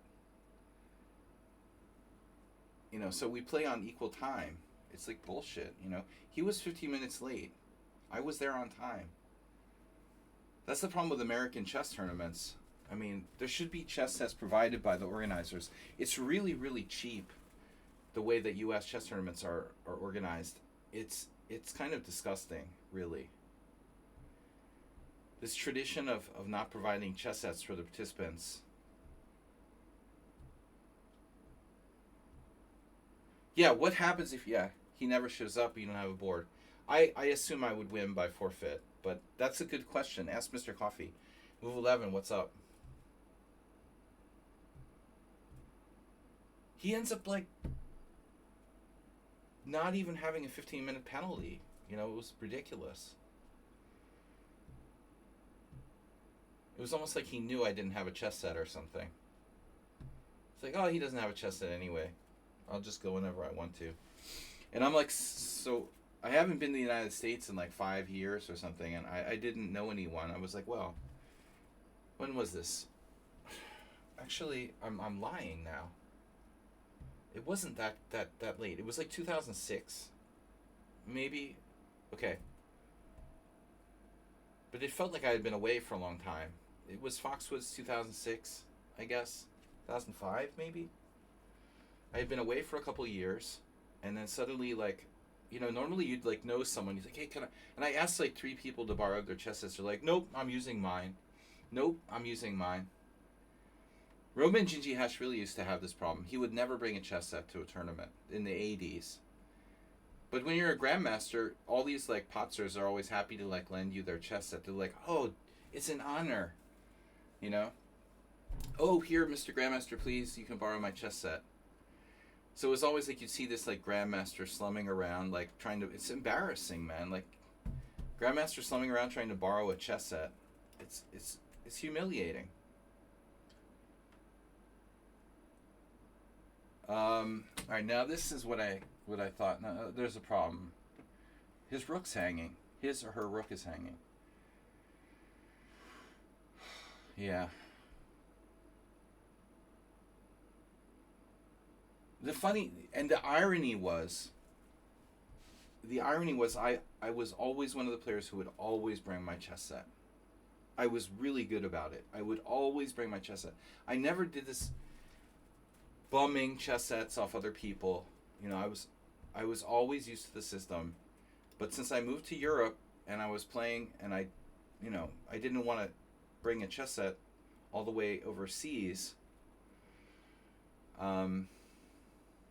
there I was, like the one time I literally didn't have a chess set. I'm like paired with Kamsky, and he doesn't show up, and I don't get to use the extra time.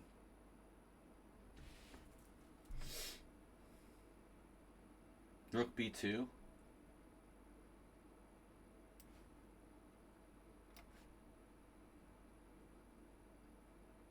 Bishop G6, be careful. That's the kind of blunder I would make, like I made last year in the World Senior against Plotkin. It was, oh my god. Imagine if Bishop takes G6 worked. Only one player is watching our game. Sigaru. That's why it was ironic, you know. I never ever forfeited a game. Except the one time. I have a perfect record of like never forfeiting an over the board game until Boylston Chess Club Championship 1999. No. Maybe 99? I want to say 99. I keep confusing this memory. I think it was 99. But I had mixed up some things in this memory. I missed an adjournment. Yeah, it had to be earlier, 99. Did we have adjournment still in 1999? Maybe. For Club Championship, it was a long game. We could only play until like 11 p.m. So, yeah, it's possible.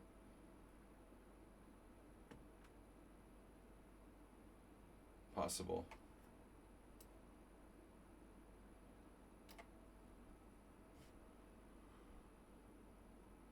I never forfeited a game in my entire life in hundreds and hundreds of tournament games.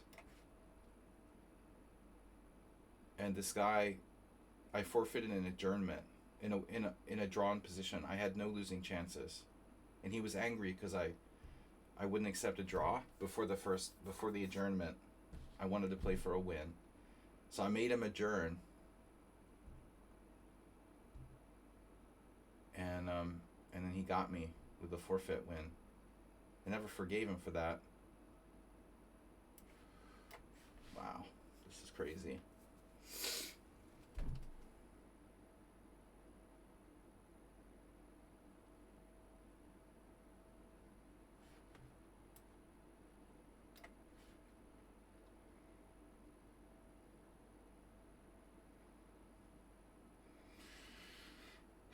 I don't know what you guys are talking about. But it's the same irony, you know. I've literally never forfeited a game. The guy, like, claims a forfeit against me in an adjournment at a chess club where I've never forfeited a game in my life. And I'm like an upstanding member. Dirty bastard. Yeah. Oof. Wow. What a move.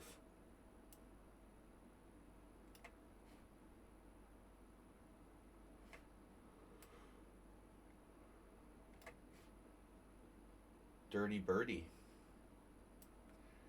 He was a dirty birdie, but we buried the hatchet eventually. Not that long ago, actually. Actually, he's been missing. Don't know where he went.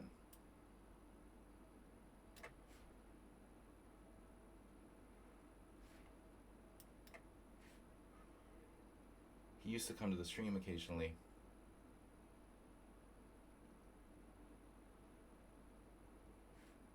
Dirty birdies are the wordy.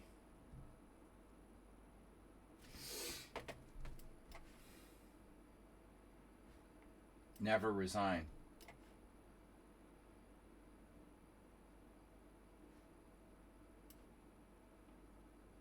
Check. Bishop e4.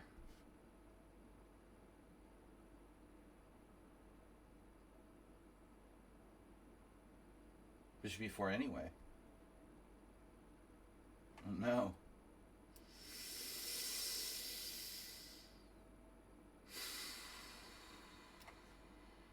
This is painful.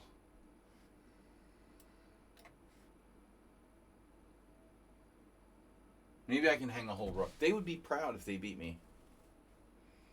If I hang a whole rook. They'd be proud of this victory.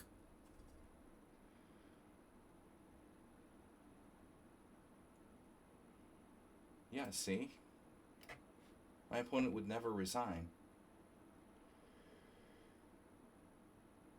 Down exchange in 2 pawns.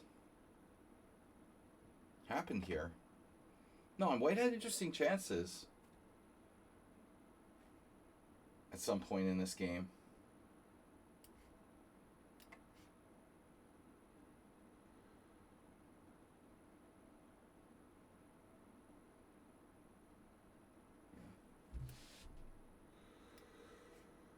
They might be related to Coach.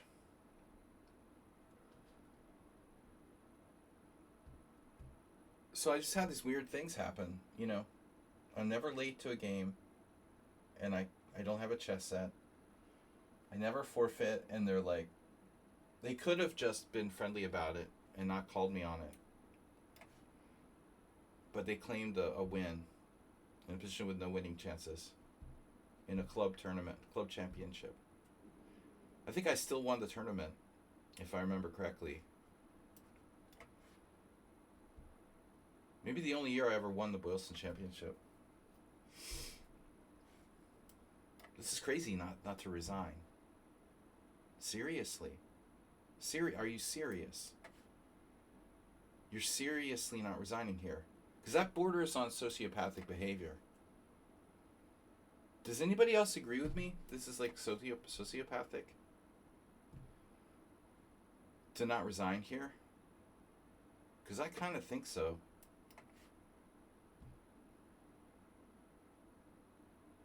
I'll be right back.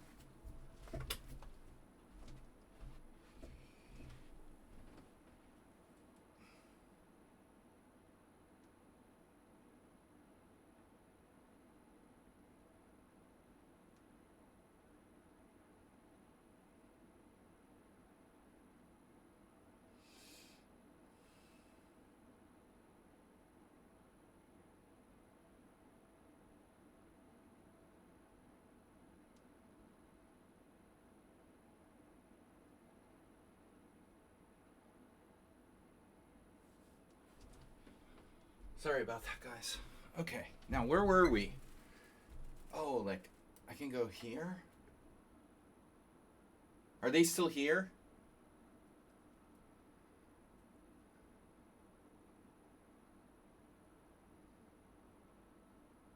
This is the online chess culture. I'm serious. I should ban them from the team. It's disgusting. But it's not just chess, Shaki. It's like Donald Trump is president of the United States. There is no morality anymore. Like, it doesn't exist. It's everything. It's not just chess. It's part of a global, like, total loss of... It's a total loss of any sort of morality. Internet, global social media, YouTube, TikTok videos. I mean,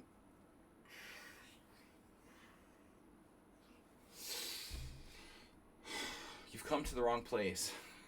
Second place player is banned. I try. I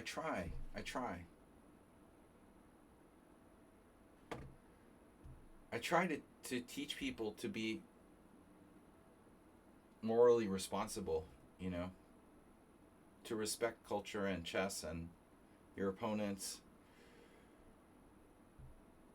It's just like people are like drug addicts and they can't stop. And Arena International Master, like Nagy Laszlo. Nagy Laszlo is a Hungarian chess organizer, the legendary organizer of First Saturday chess tournament series for like 30 years. And he's like 1800 FIDE, though he used to be higher. He used to be 2000, but I think he's an Arena IM too. No, it's a meaningless title.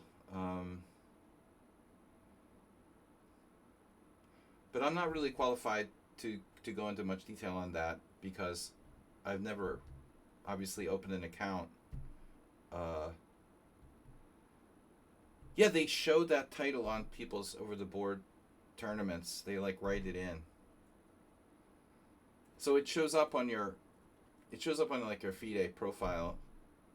Yeah, exactly. If you play in an over-the-board tournament, it'll say like, hey, I played in this one IM tournament that was quite... No, it was a GM tournament. The one where Esterman like fucked us over and didn't show up. There was some Indian guy who was actually quite strong. He drew me. He was 2150. He was an AIM.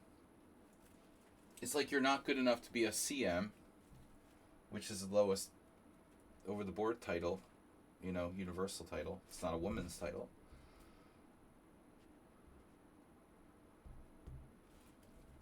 He was an AIM. Alright. Shaki, something went wrong with my board. It's like no color. What the hell? What's that? It's a bug. Alright, Shaki.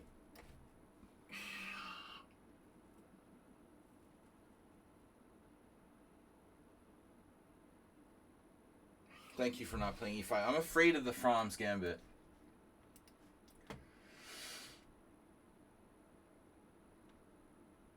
Nothing wrong with B6 though.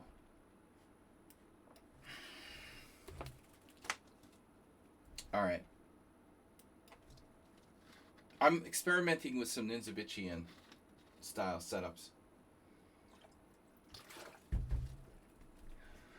Last year, I also toyed with the idea of playing the Birds opening.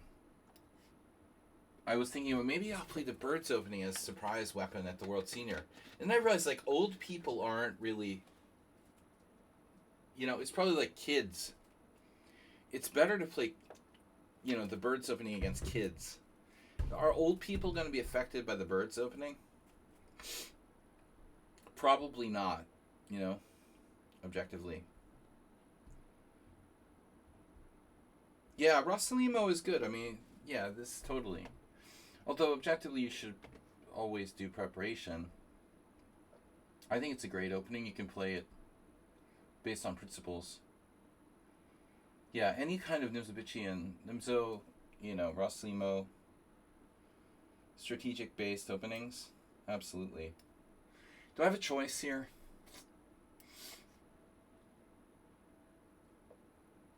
Combative. Combative.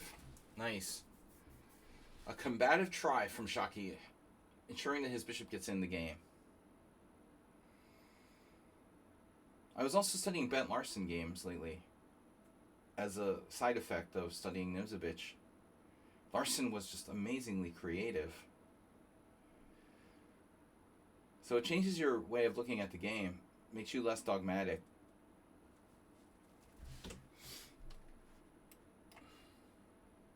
I don't know about Bishop E2. I don't know anything. I'm just a caveman.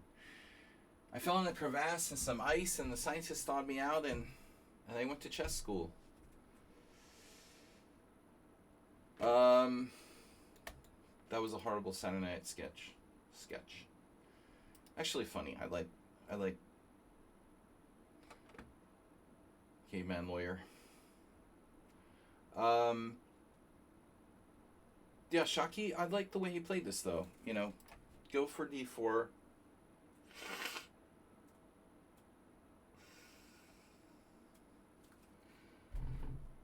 It's essentially a very principled approach, not to end up with a bad bishop.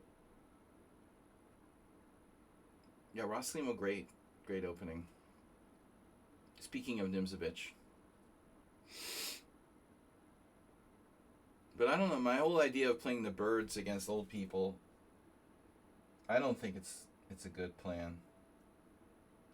I just thought I could use it as a surprise weapon. You know, maybe just... You'd have to find a very specific opponent, you know, probably. I will say this, like,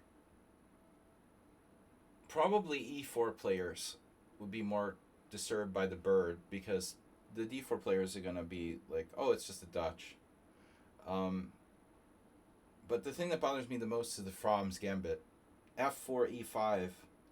You got to really know what you're doing because that stuff can get dangerous. I was looking at Fromm's Gambit.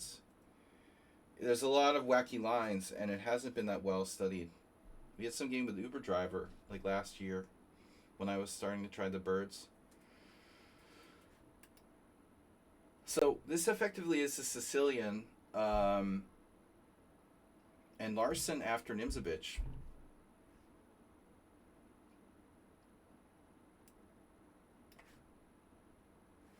And someone unsound. So here I was considering C4.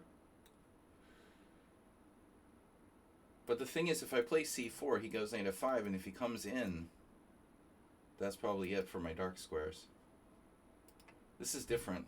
Now if you try to go in, I can take, and it's not that bad. So this is basically... yeah, like someone unsounded played these lines. It's E4. Larson played this a lot. E4, C5, F4, or D3, followed by Bishop E2 and F4. I'm not afraid of knight F5 to E3. It just leads to very complex play. I had some trouble with someone unsound.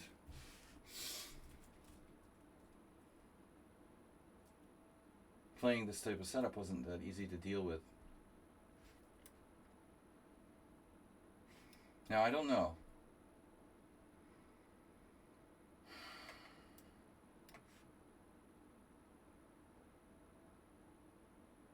And it's also it's like in English in reverse. I've had a lot of games from Shaki's sort of side of the position where I was playing the English with white and black did E5, F5, D6 type setup, and you get this. So I've been on both sides of this type of position quite a bit. You know, it's interesting.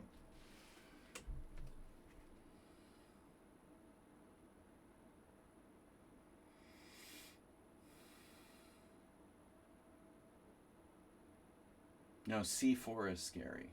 You gotta watch that lever. Lever me this, Batman. I just gotta keep an eye on it. If C4 I can't take because he pushes D3, wins a piece.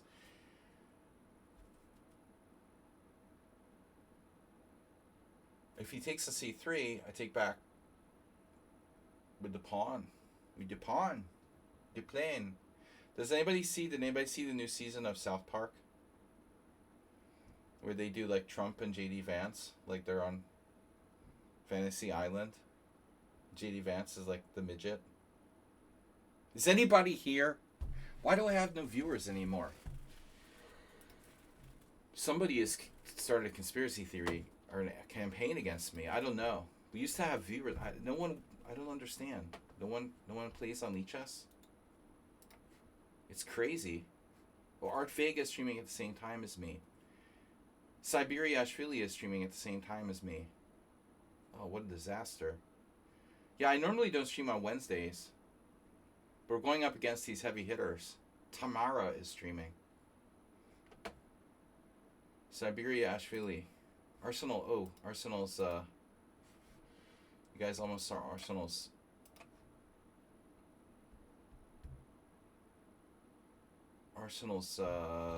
correspondence game. Siberiashvili. I normally don't stream Wednesdays. We're streaming Tuesdays, Thursdays, but we'll get back to the normal schedule next week. Or maybe the week after that. Did you see South Park, Astrobate? The plane! So Shaki didn't go for h5. A lot of times I like to play h5. And you don't castle or delay castling. Or you can play it like a Gurunidze where you do h5, g6, king f8, king g7. So now we just follow the summon on sound system with queen e1. If I ever close the position with like c4, then 93 I think takes on more value. You have less control of the dark squares. When you go there, you necessarily give up dark square control. Here, kind of a passive plan, isn't it? Rook d1.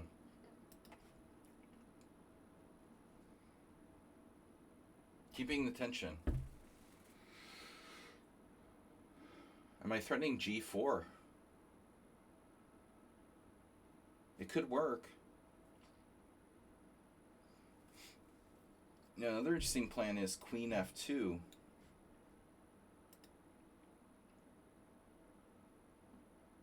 Abysmal. Pepto-Bismol. 8 viewers. This is embarrassing. I'm going to quit streaming.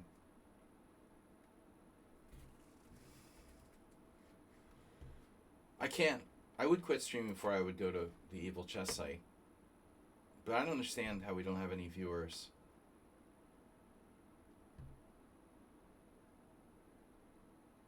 Maybe I need to go back to Kick.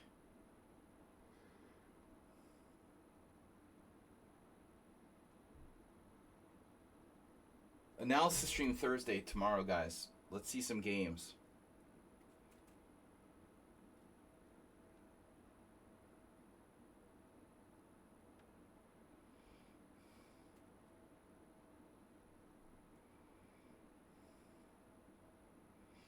We did get a sub today.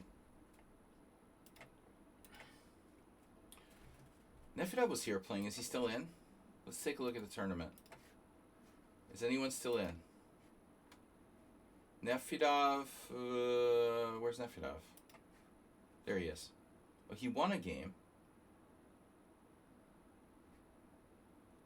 You beat Astrobate. Oh no.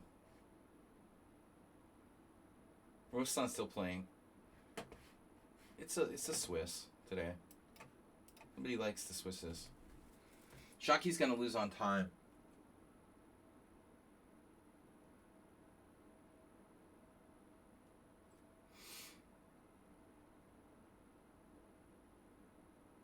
The thing about playing the H5 type setups is that you don't have to think about it. You know, your knight on F5 is solid. Now he has to wonder, like, am I going to play G4 at some point? Now, if my queen weren't on E1, I could trap your bishop on H4. But G4 is a very risky move for white. I felt I was sorry. I'm sorry, too.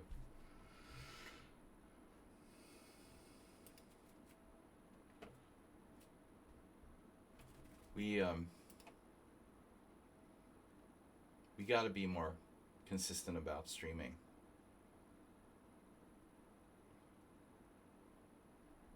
The MMA fighters, oh, there was a scandal about, yeah, the other day, there was a scandal about some MMA thing. But there's also the French guy who died. French gaming streamer. They were, like, abusing him or something.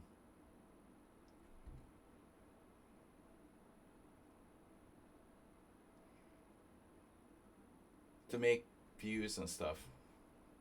So bishop takes should be considered. But I kind of think, like, not my plan here.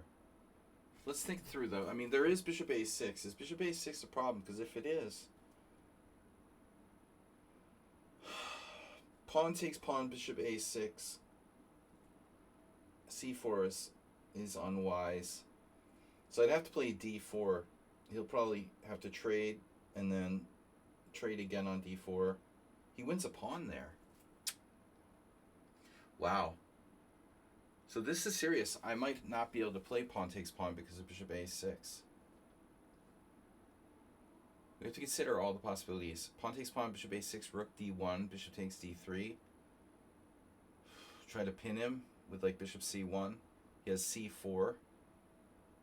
Doesn't look good. So the plan was to take with the pawn, but black has bishop a6, and now I need an answer. Very concerned. I could always play c4, but it's extremely anti-positional.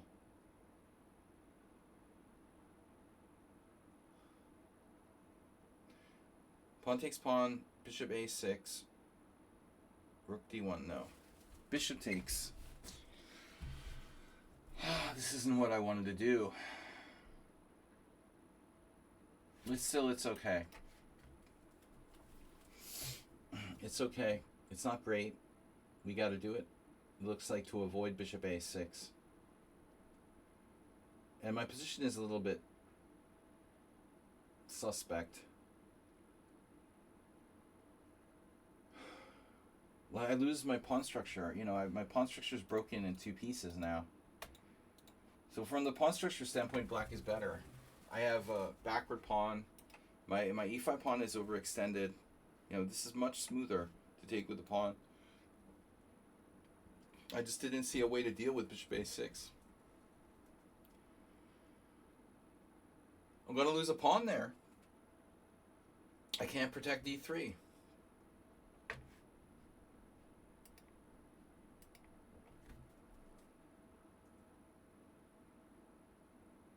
Knight on c2 is pretty bad.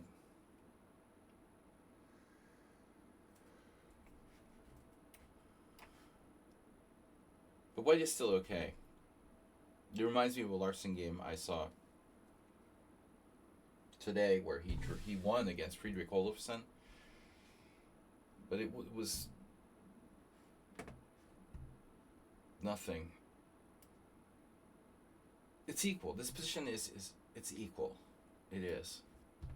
If anything, it's possible black's even better. I don't know, with d5. Okay, I have this, though. Actually, bishop d1 is really strong. This is a good maneuver. So he can't keep the d5 square. If he plays queen d5, I have bishop d1, bishop e3. This is very cool. So what Larson liked, I think, was the imbalance. And that's something that I don't embrace enough in my own games.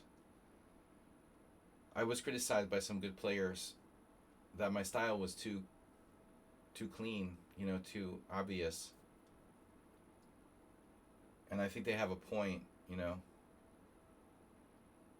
You can't beat strong players if you don't create some maybe complications too easily. So like a computer. It's hard to be a computer, though. So should I go with b4? Speaking of trying to create some complications, this risks maybe overextending. Strong response b5. It's hard not to like that move.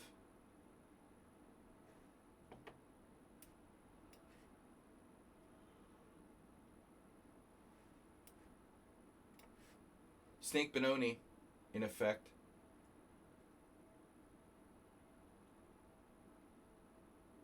We're getting somewhere, though. We're getting somewhere. He's freeing up e7 for his knight. That's why it's so important to consider what your opponent is trying to do. I have f5, Crusher.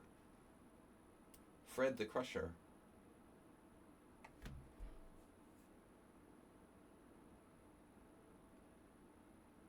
Suddenly an attack just appears out of nowhere. And boom, it's over. Just like that. Unbelievable. How did this happen?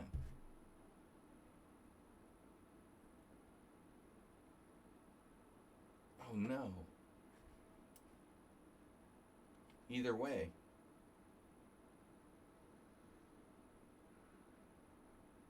Crunch.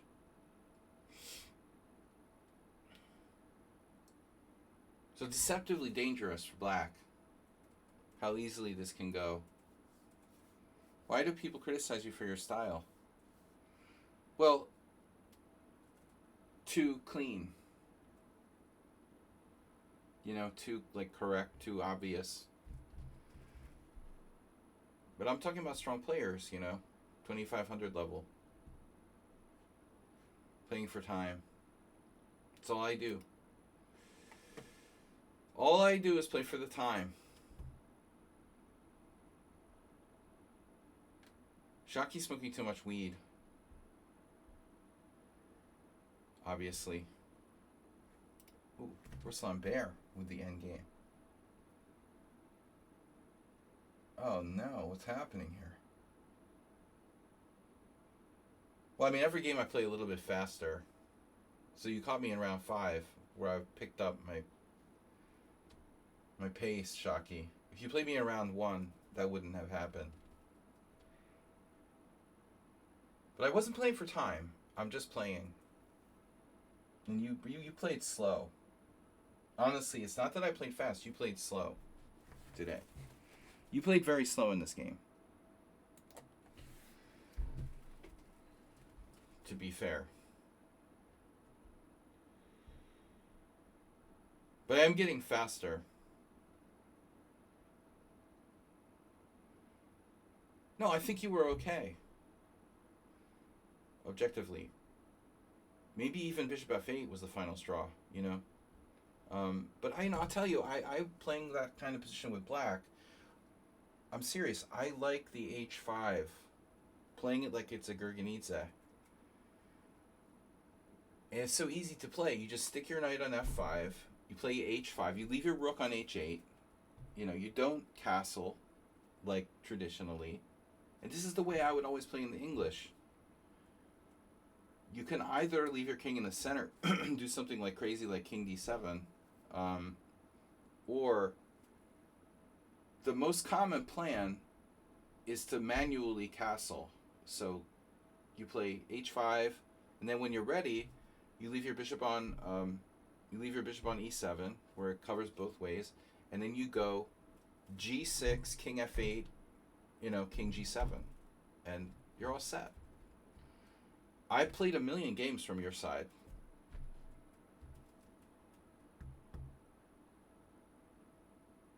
Taking with the pawn was my plan, but it was just bad. I didn't see what I could do. After bishop a6, I'm just screwed. I wanted to take with the pawn. I didn't want to take with the bishop. And knight d4, yeah, I guess your move is just bad. You shouldn't play knight d4. I had exactly games like this against someone unsound. If you look up my games with someone unsound on Lee Chess, you can find almost the same type of thing, where he was white, and I tried to, get pressure down the open d file like you did.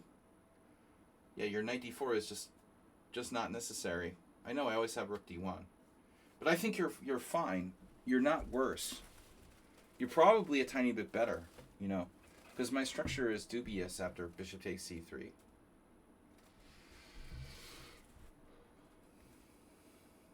What's happening? It's a win for black. Oh, this is going to be painful. All right, is there anything else going on? That's our last game. Not a lot of players today. I'm going to play Kelly. Coach is kicked out. Shaki is only on 3 points. We already played, obviously, just now. Played Siguru, played Ruslan, played the AIM, played... How many games did I play? I played Shaki, Siguru. I didn't play Siguru, but I played the others. Okay. I'll play Kelly. That'll be a good game. And that's the last game. So I won the tournament. Yes! Nefedov is still in, beating Asterbait, and you lost. Wow, Nefedov lost that game against Ruslan Bear. That's just to show you how scary Ruslan Bear is. He beat Nefedov, who's supposed to be 300 points higher. How does Nefedov lose to Ruslan Bear? He was totally winning. That's how. Nefedov was +4 in a king and pawn in game and lost. So, alright. Now, obviously, f5. But I think this is fine, too. Nefedov is up a pawn in king and pawn in game and lost. That's crazy. He just let him, walk up there and take his h-pawn. Oh, my God. Talk about letting your guard down, Nefedov.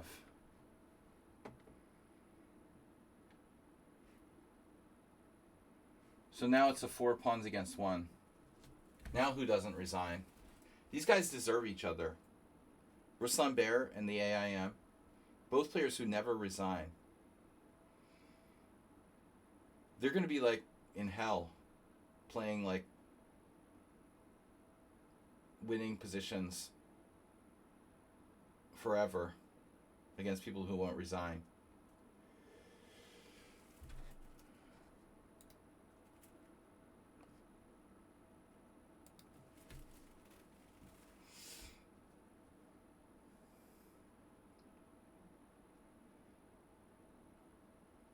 Yeah. No, I don't think that black should resign. 4 pawns against 1.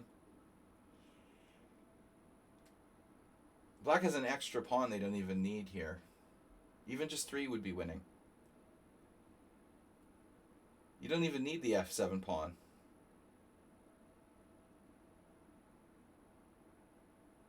But Ruslan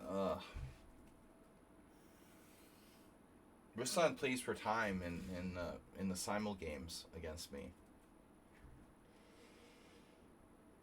Okay, guys, analysis stream tomorrow. Pablo Kelly is now a subscriber thanks to gift sub we had earlier. Anyone who's a subscriber can submit a game to analyze on Thursday night stream. We usually do 8 to 10 games that we analyze together on the stream as a community. So tomorrow night, 6:30 p.m. CEST. Is my camera blurred again? All right. We did that again.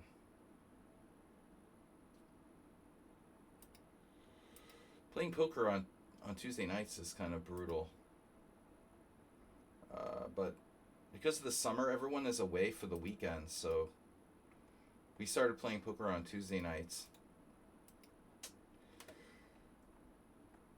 It's hard to find people. They all go away for the weekend on holiday and stuff.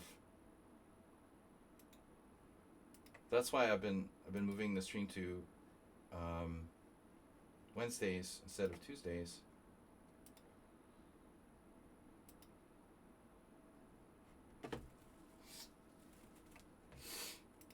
Very unlucky yesterday. Played well, and I got nothing to show for it. G4 draw for, and that's sportsmanlike. The draw offer.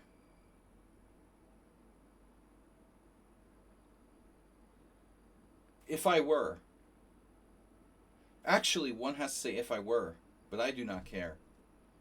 You mean if I were to resign? If I were to resign,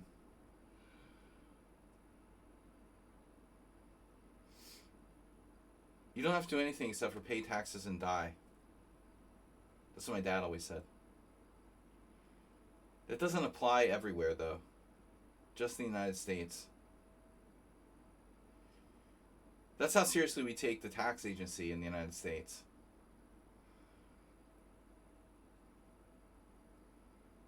Be careful when you say, one has to do something, Nevidov. Okay.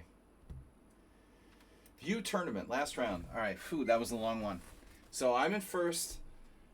Kelly's in second place. Shockey is tied for third with the AIM. Tied for third, fourth. Coach doesn't count. He's kicked out. Sigurumi has 2.5. Ruslan Bear with 2. Jiatu 2. Young Samurai is out with 1.5. Nefidov has 1.5. And Asterbait still around. Schumacher dropped out by forfeiting. Not cool. After a win, no less. Asterbait, dude, you got to get on the scoreboard here. I don't know who you're going to play. You got to buy already. How many players do we have? It looks like 1, 2, 3, 4. Sigurumi may be gone too. 5, 6, 7, 8.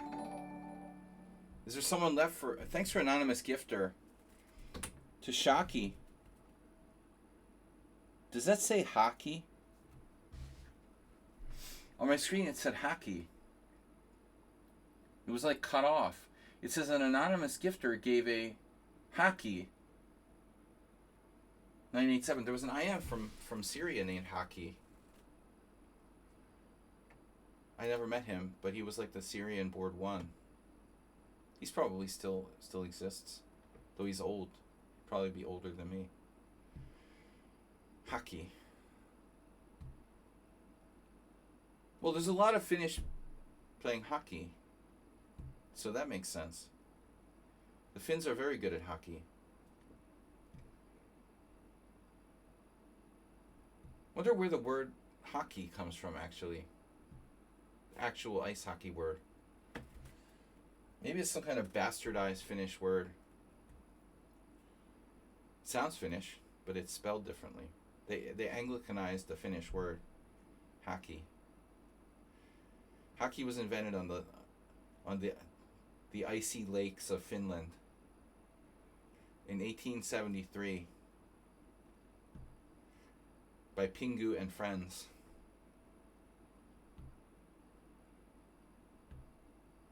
Pingu and Robbie the Seal.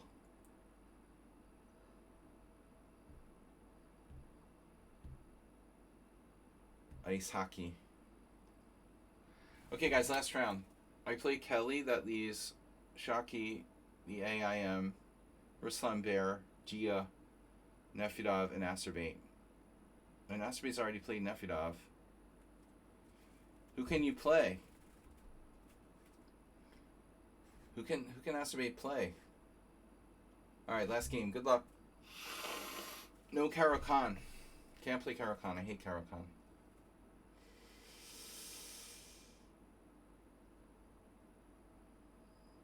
Oh, you played D4. Oh, yeah. Yeah, but you also play E4.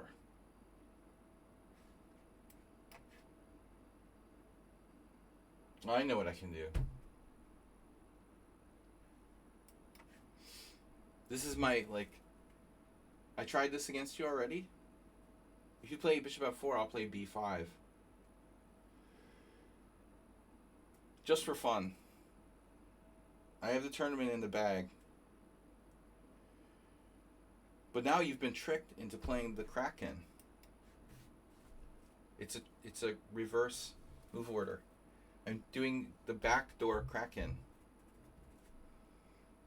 He plays like the Yubava London, but we tricked him into playing a Kraken. F4, critical. You know, most people who play the Yubava London wouldn't play this move. You know, just saying. B5 is very risky. So I did not invent this opening. This has been played over the years by various grandmasters, various dubious grandmasters. And at this point, I think I don't really have a lot of choices. The computer has,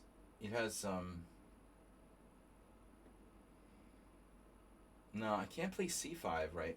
I'm pretty much forced. You could play bishop e7, I guess. b5 is most critical.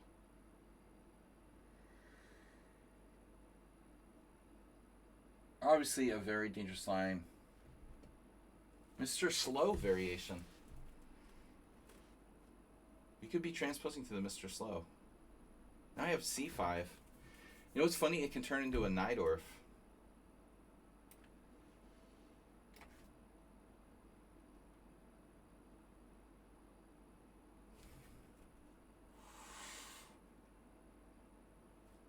Castles, C takes D.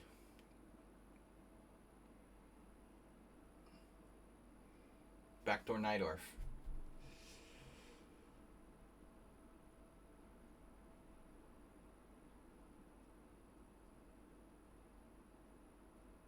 I played f4 d5 in the Blitz tournament against Canadian Plotkin and lost.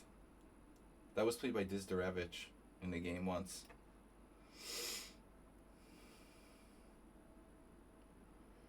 But objectively e6.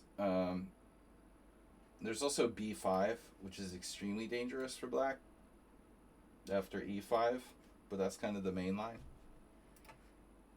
I haven't put much work into the Kraken lately, but it's kind of a fan favorite. Obviously our Kraken theme in the screen.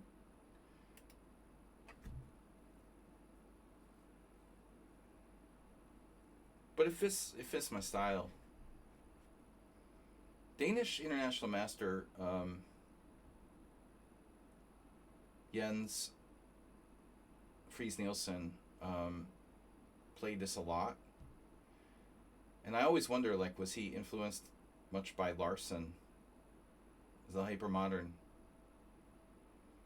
style must have had an effect on other Danish players, you know. Larsen was like the... Yeah, I've had this exact position happen before.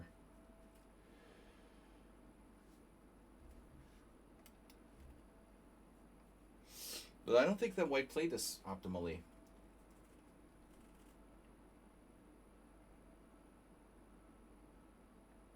I've had all different sort of combinations of these things. Well, that's a weird move. White's freaking out a little bit with bishop e4. Definitely suboptimal. I'm glad to get that. Now black is better. White is overextended. Well, you could argue that my c-pawn is a little overextended as well. Am I exaggerating to say that black is better here? Probably not. But it's not that bad for white. He hasn't completely crossed the line. Now he has to make a decision. Is it rook e1, move your knight, or play knight d6 check?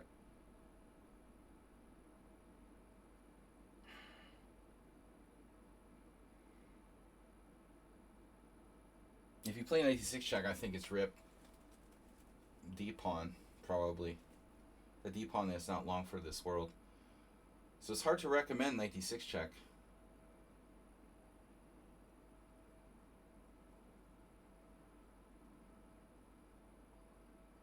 So he plays knight g5. Okay. Now, black wants to develop. Black wants to develop. White wants to play bishop e3, probably. If I play h6, we kick his knight back to h3.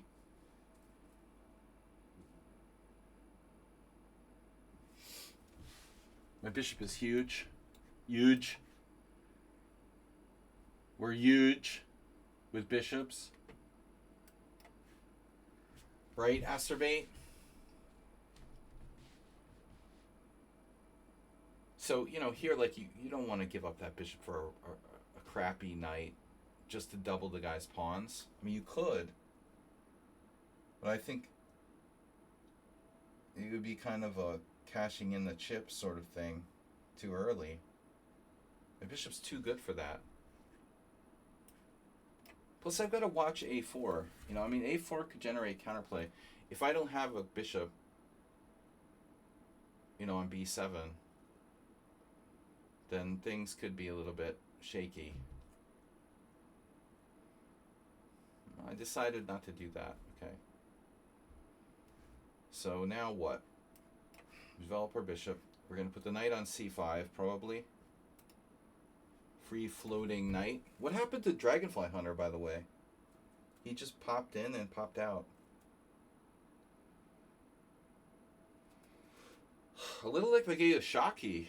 I can play f6, undermining the center. I like the c3 in the Shaki game. Or f5. Double edge business doing that stuff, man. Castle queenside. Maybe knight c5 first. The nice thing about knight c5 is that it stops a4. Well, one nice thing about it.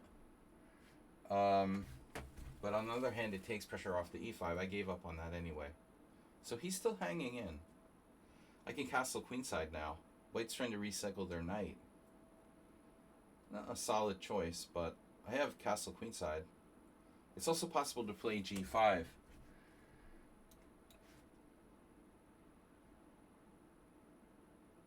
I don't know how safe my king is on c8, objectively. It could be really dangerous. Probably best not to do that.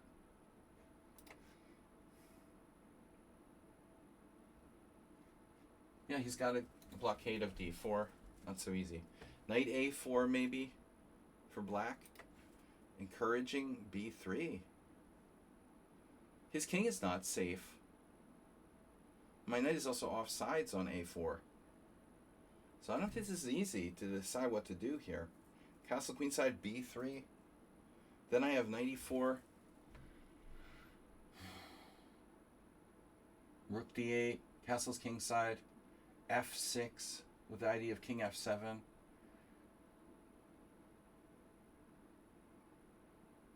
Oh man, this is tough. I don't know what to do. I really don't know what to do. Too many choices. Too many choices. Bishop pair is nice. Pairs. Too many pairs can have an effect on the body. Plums are worse. I don't know what to do, man.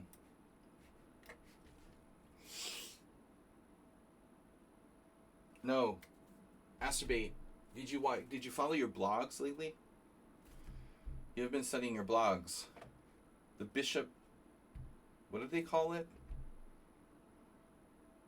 The double bishops. Oh, Grandmaster. One rook on the board might be useful. One rook or two. So Kelly's kind of just playing in a safe way.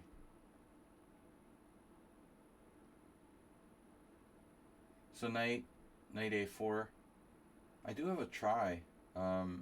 Pretty extreme. Knight a4.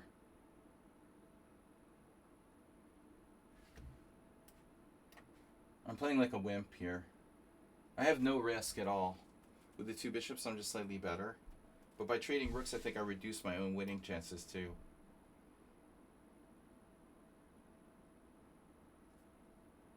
What happened? Gita B? Gita B. Gita B is here. Long time no see. Gita B. It rhymes. Long time no see Gita B. Gita B. Gita B. They've been a viewer for a long time, though very rarely in the stream. Nice to see you again.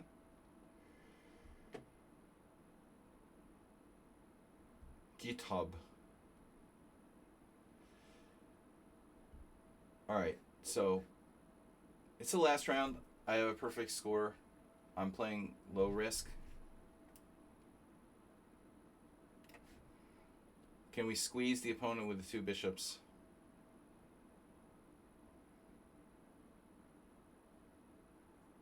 Maybe. The structure isn't really favorable. When you have the two bishops, you want to have imbalanced pawn structures. And here we have the matching structures. We need to create some balance, so that's still possible. I have c3. Wow, c3 is like a neato pawn sack. Oh, I also have knight. Ooh, also have knight a4. Knight a4 is almost a shot, but they have bishop d4. Darn.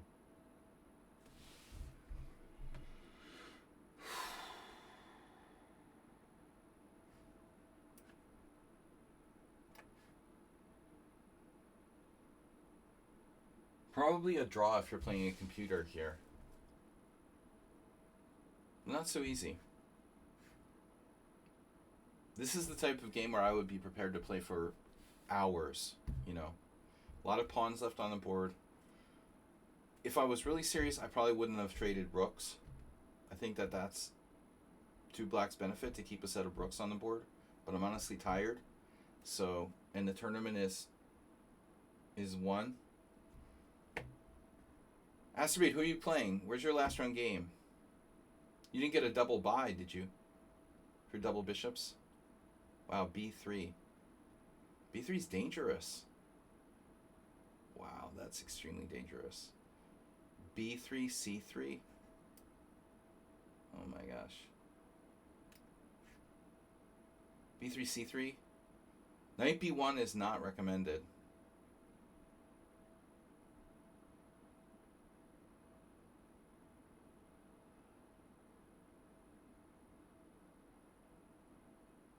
Oof. This could get very serious.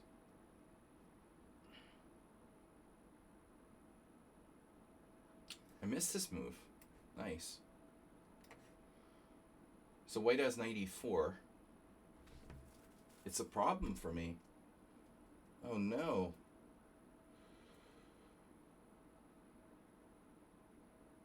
Bishop takes e4. Bishop takes e4, bishop g1. That's not good. Wait, and my c-pawn is hanging. So this is an issue.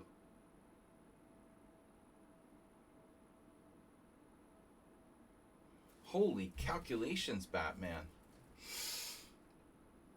I'm going to have to take that. Take the knight and give up my bishop pair. Wow. Missed that. That is kind of a disaster. Oof. Did not want to do that. I could be in trouble. They have to take with a knight. Okay. Alright, alright. No, that's important. They have to take with a knight. King up.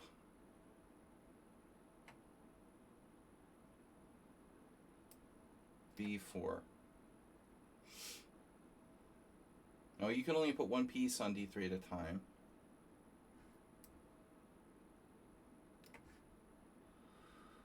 Fortunately.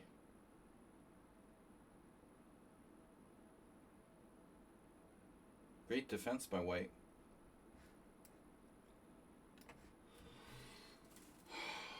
It's probably a draw still.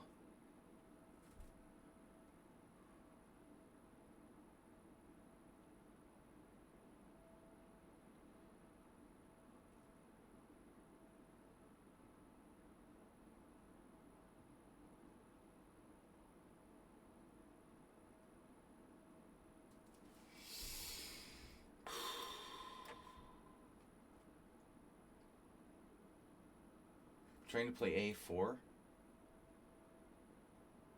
Do I want to do that? Yeah, why not? Of course I want to do that. I could lose by going too far. Look at the white king. It got to D4. This guy's a genius. How did he get this position? F5. Combative. Playing for a win. Bishop takes B3. Pawn takes B3. A4. Obviously not. Are you threatening me? G5? Kind of like... Don't like that. Wow. We're gonna need to think about defense. That's disturbing. But bishop F3. I can go here.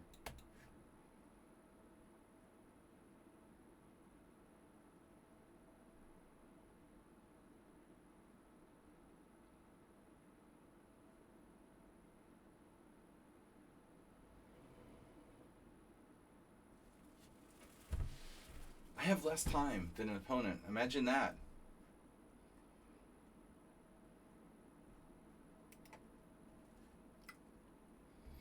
Anonymous, thanks for the gift subs to Pablo Kelly and Shaki. Strong players only. Pawn takes pawn. If knight F4, bishop G4. Threatening bishop F5. An interesting endgame. The C3 pawn is a heavyweight.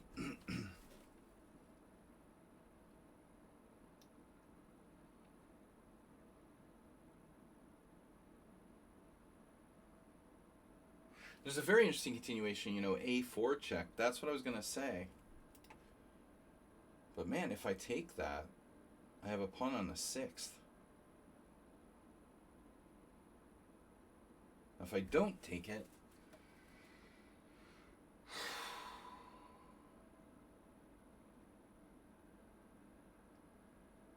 it's safer to not take it. I don't want to give him my C3 pawn.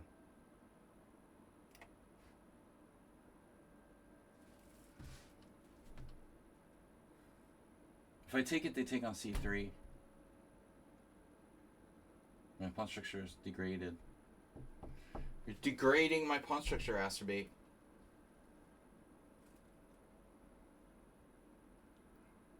We have 6 games with this guy and no draws. I like draws. Guys, I like draws. Big fan of draws. We're big on draws around here. Or bigly. Bigly lover of draws. Is black better, worse, equal, unknown? Wow, I have bishop D1. Dude, that looks really strong.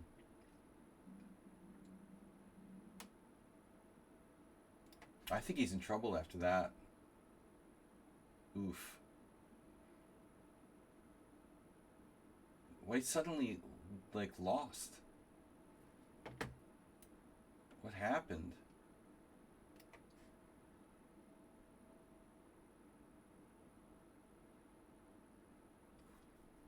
The E5 pawn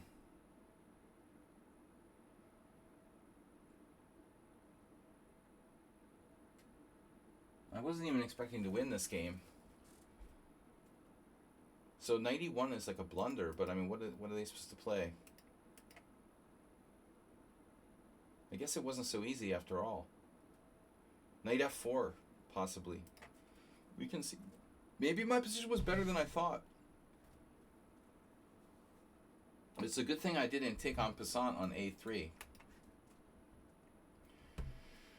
Guys, tomorrow, analysis stream, Thursday.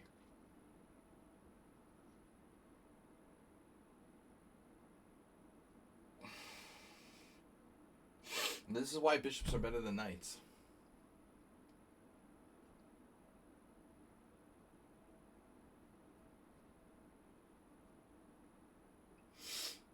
So white keeps everything protected, but not for long. This is lost now. G5 check. Simply winning. Well, I mean, I still have to break through.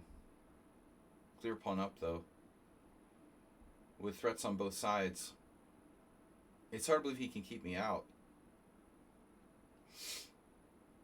Possible there'd be like a bishop sacrifice. Yeah, now the knight can get out. So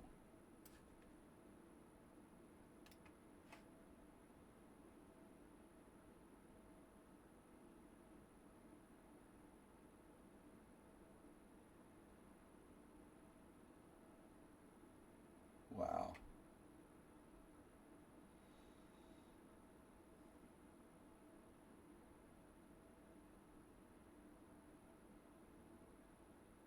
Position's pretty sharp, but I think I'm winning.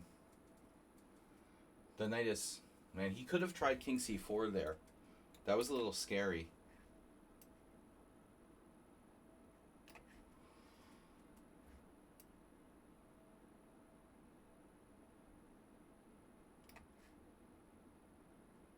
Watch for this fork.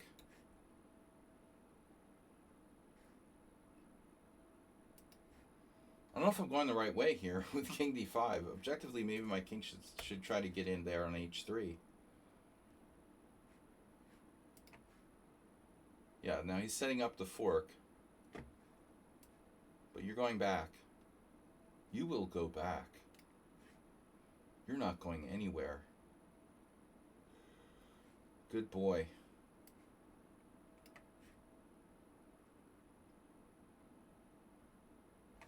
Now we get him lined up on c2. My e-pawn can join the party.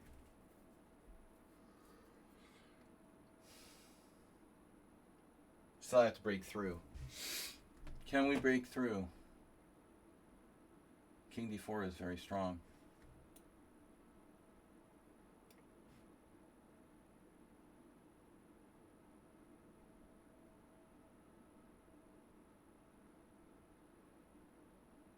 Knights. Zugzwang. Check. Checking bishop d1. Oof. Serious problems then.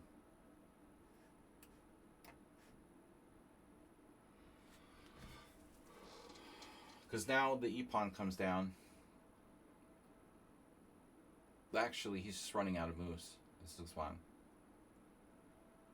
Nothing you can do. The Kraken! Crackulator.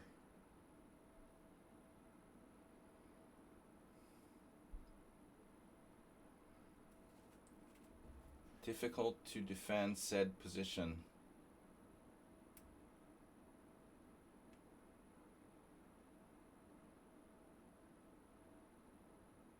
Is there any case where you could play knight f3 check and not be lost in the king and pawn game? Nah. No way. Because I could also just move my king. Take. h5 is also good.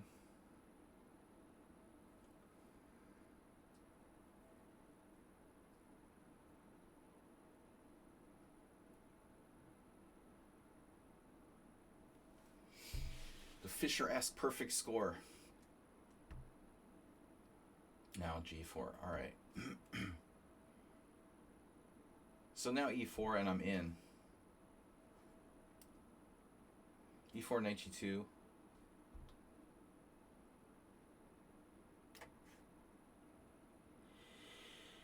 That's not good.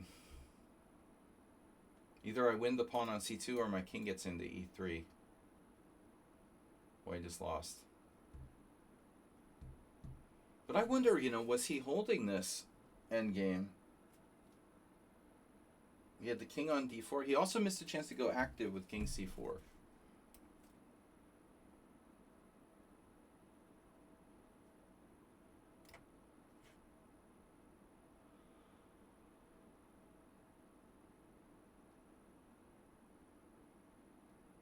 This one I'd probably be winning if I sacrificed my bishop on C2 with black to play. So 2 moves.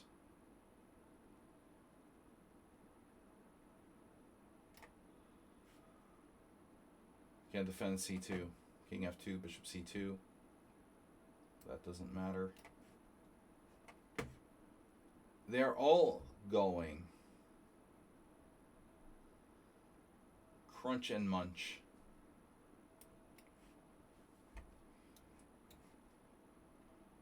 This pawn chain will feed a family of 3.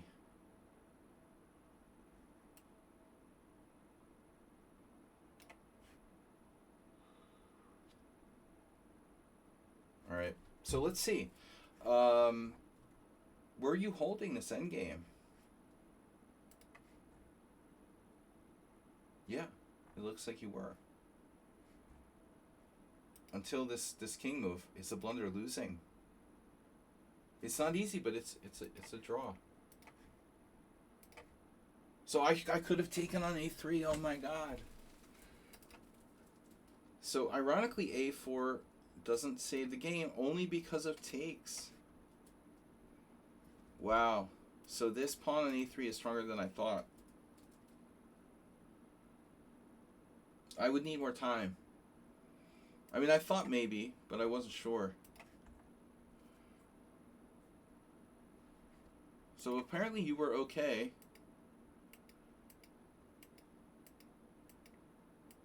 Until F5. It's ironic because he was confident and then this move was like an attempt to play for a win. And that's actually even borderline losing move. The opening was interesting. See Johnny Hector versus Fries Nielsen. We're following that, and Johnny Hector played the critical E5, and Fries Nielsen played knight FD7. This is really rope-a-dope for black. But that's what I'm talking about by creating imbalance. Fries Nielsen plays a really creative game. And to take out Johnny Hector, who's also very creative, very dangerous, just goes to show how dangerous the Kraken really is. All right, guys, back to tournament. So we still got one game going. Shockey playing with seconds left. Wait, I don't know who's going which way. We're black. We're Shockey. He's got an extra pawn or two, but he's on a rook. What? No, we're white. Oh my god. Shockey's white. Black has a million pawns. I didn't know what way it was going. Shockey's winning. 2 rooks. 2 rooks are better than 1. No stalemate, Shockey, be careful. Yeah, it doesn't give the opponent the chance for the stalemate. That's the single biggest hope of all players. Well, let's see how accurate Shockey is here. Very hard to find this. Oh. No way. He played rook h8. Are you doing that on purpose? That's a cute mate, though. And they resigned. Bad technique with rook h8, but maybe he did it on purpose. So, like, king move is made in 1. Mate in 2. You know, any king move. King F2, King H2, Rook takes H4 mate. But maybe he just wanted this pretty mate with the 2 rooks. He can't stop it. King G2, King E2, followed by Rook G4 mate. Double Rook mate. Alright, so Shockey wins. Shockey climbs the ladder to finish second. Shockey, it's been a while since he's been in the prize ceremony. Sparkle Horse with 6, Shockey with 4, Kelly M 3rd place. You guys deserve it. Kelly M with 3rd. Then AIM, Nefidov getting a last round win against Gia. Asterbait got a win in the last round against Ruslan. Ruslan forfeiting.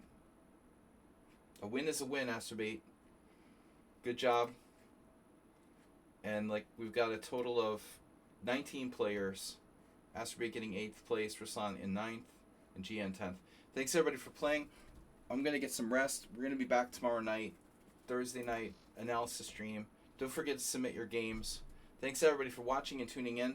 Nefidov, Asterbait, Mr. Coffee, Shockey, and all of you. Thanks for your support, and we'll see you for analysis stream tomorrow night. Gita B. Thanks everybody, Kelly M, and Siguru, Ruslan Bear, everyone. Thanks for watching. We'll be back tomorrow night. Good job.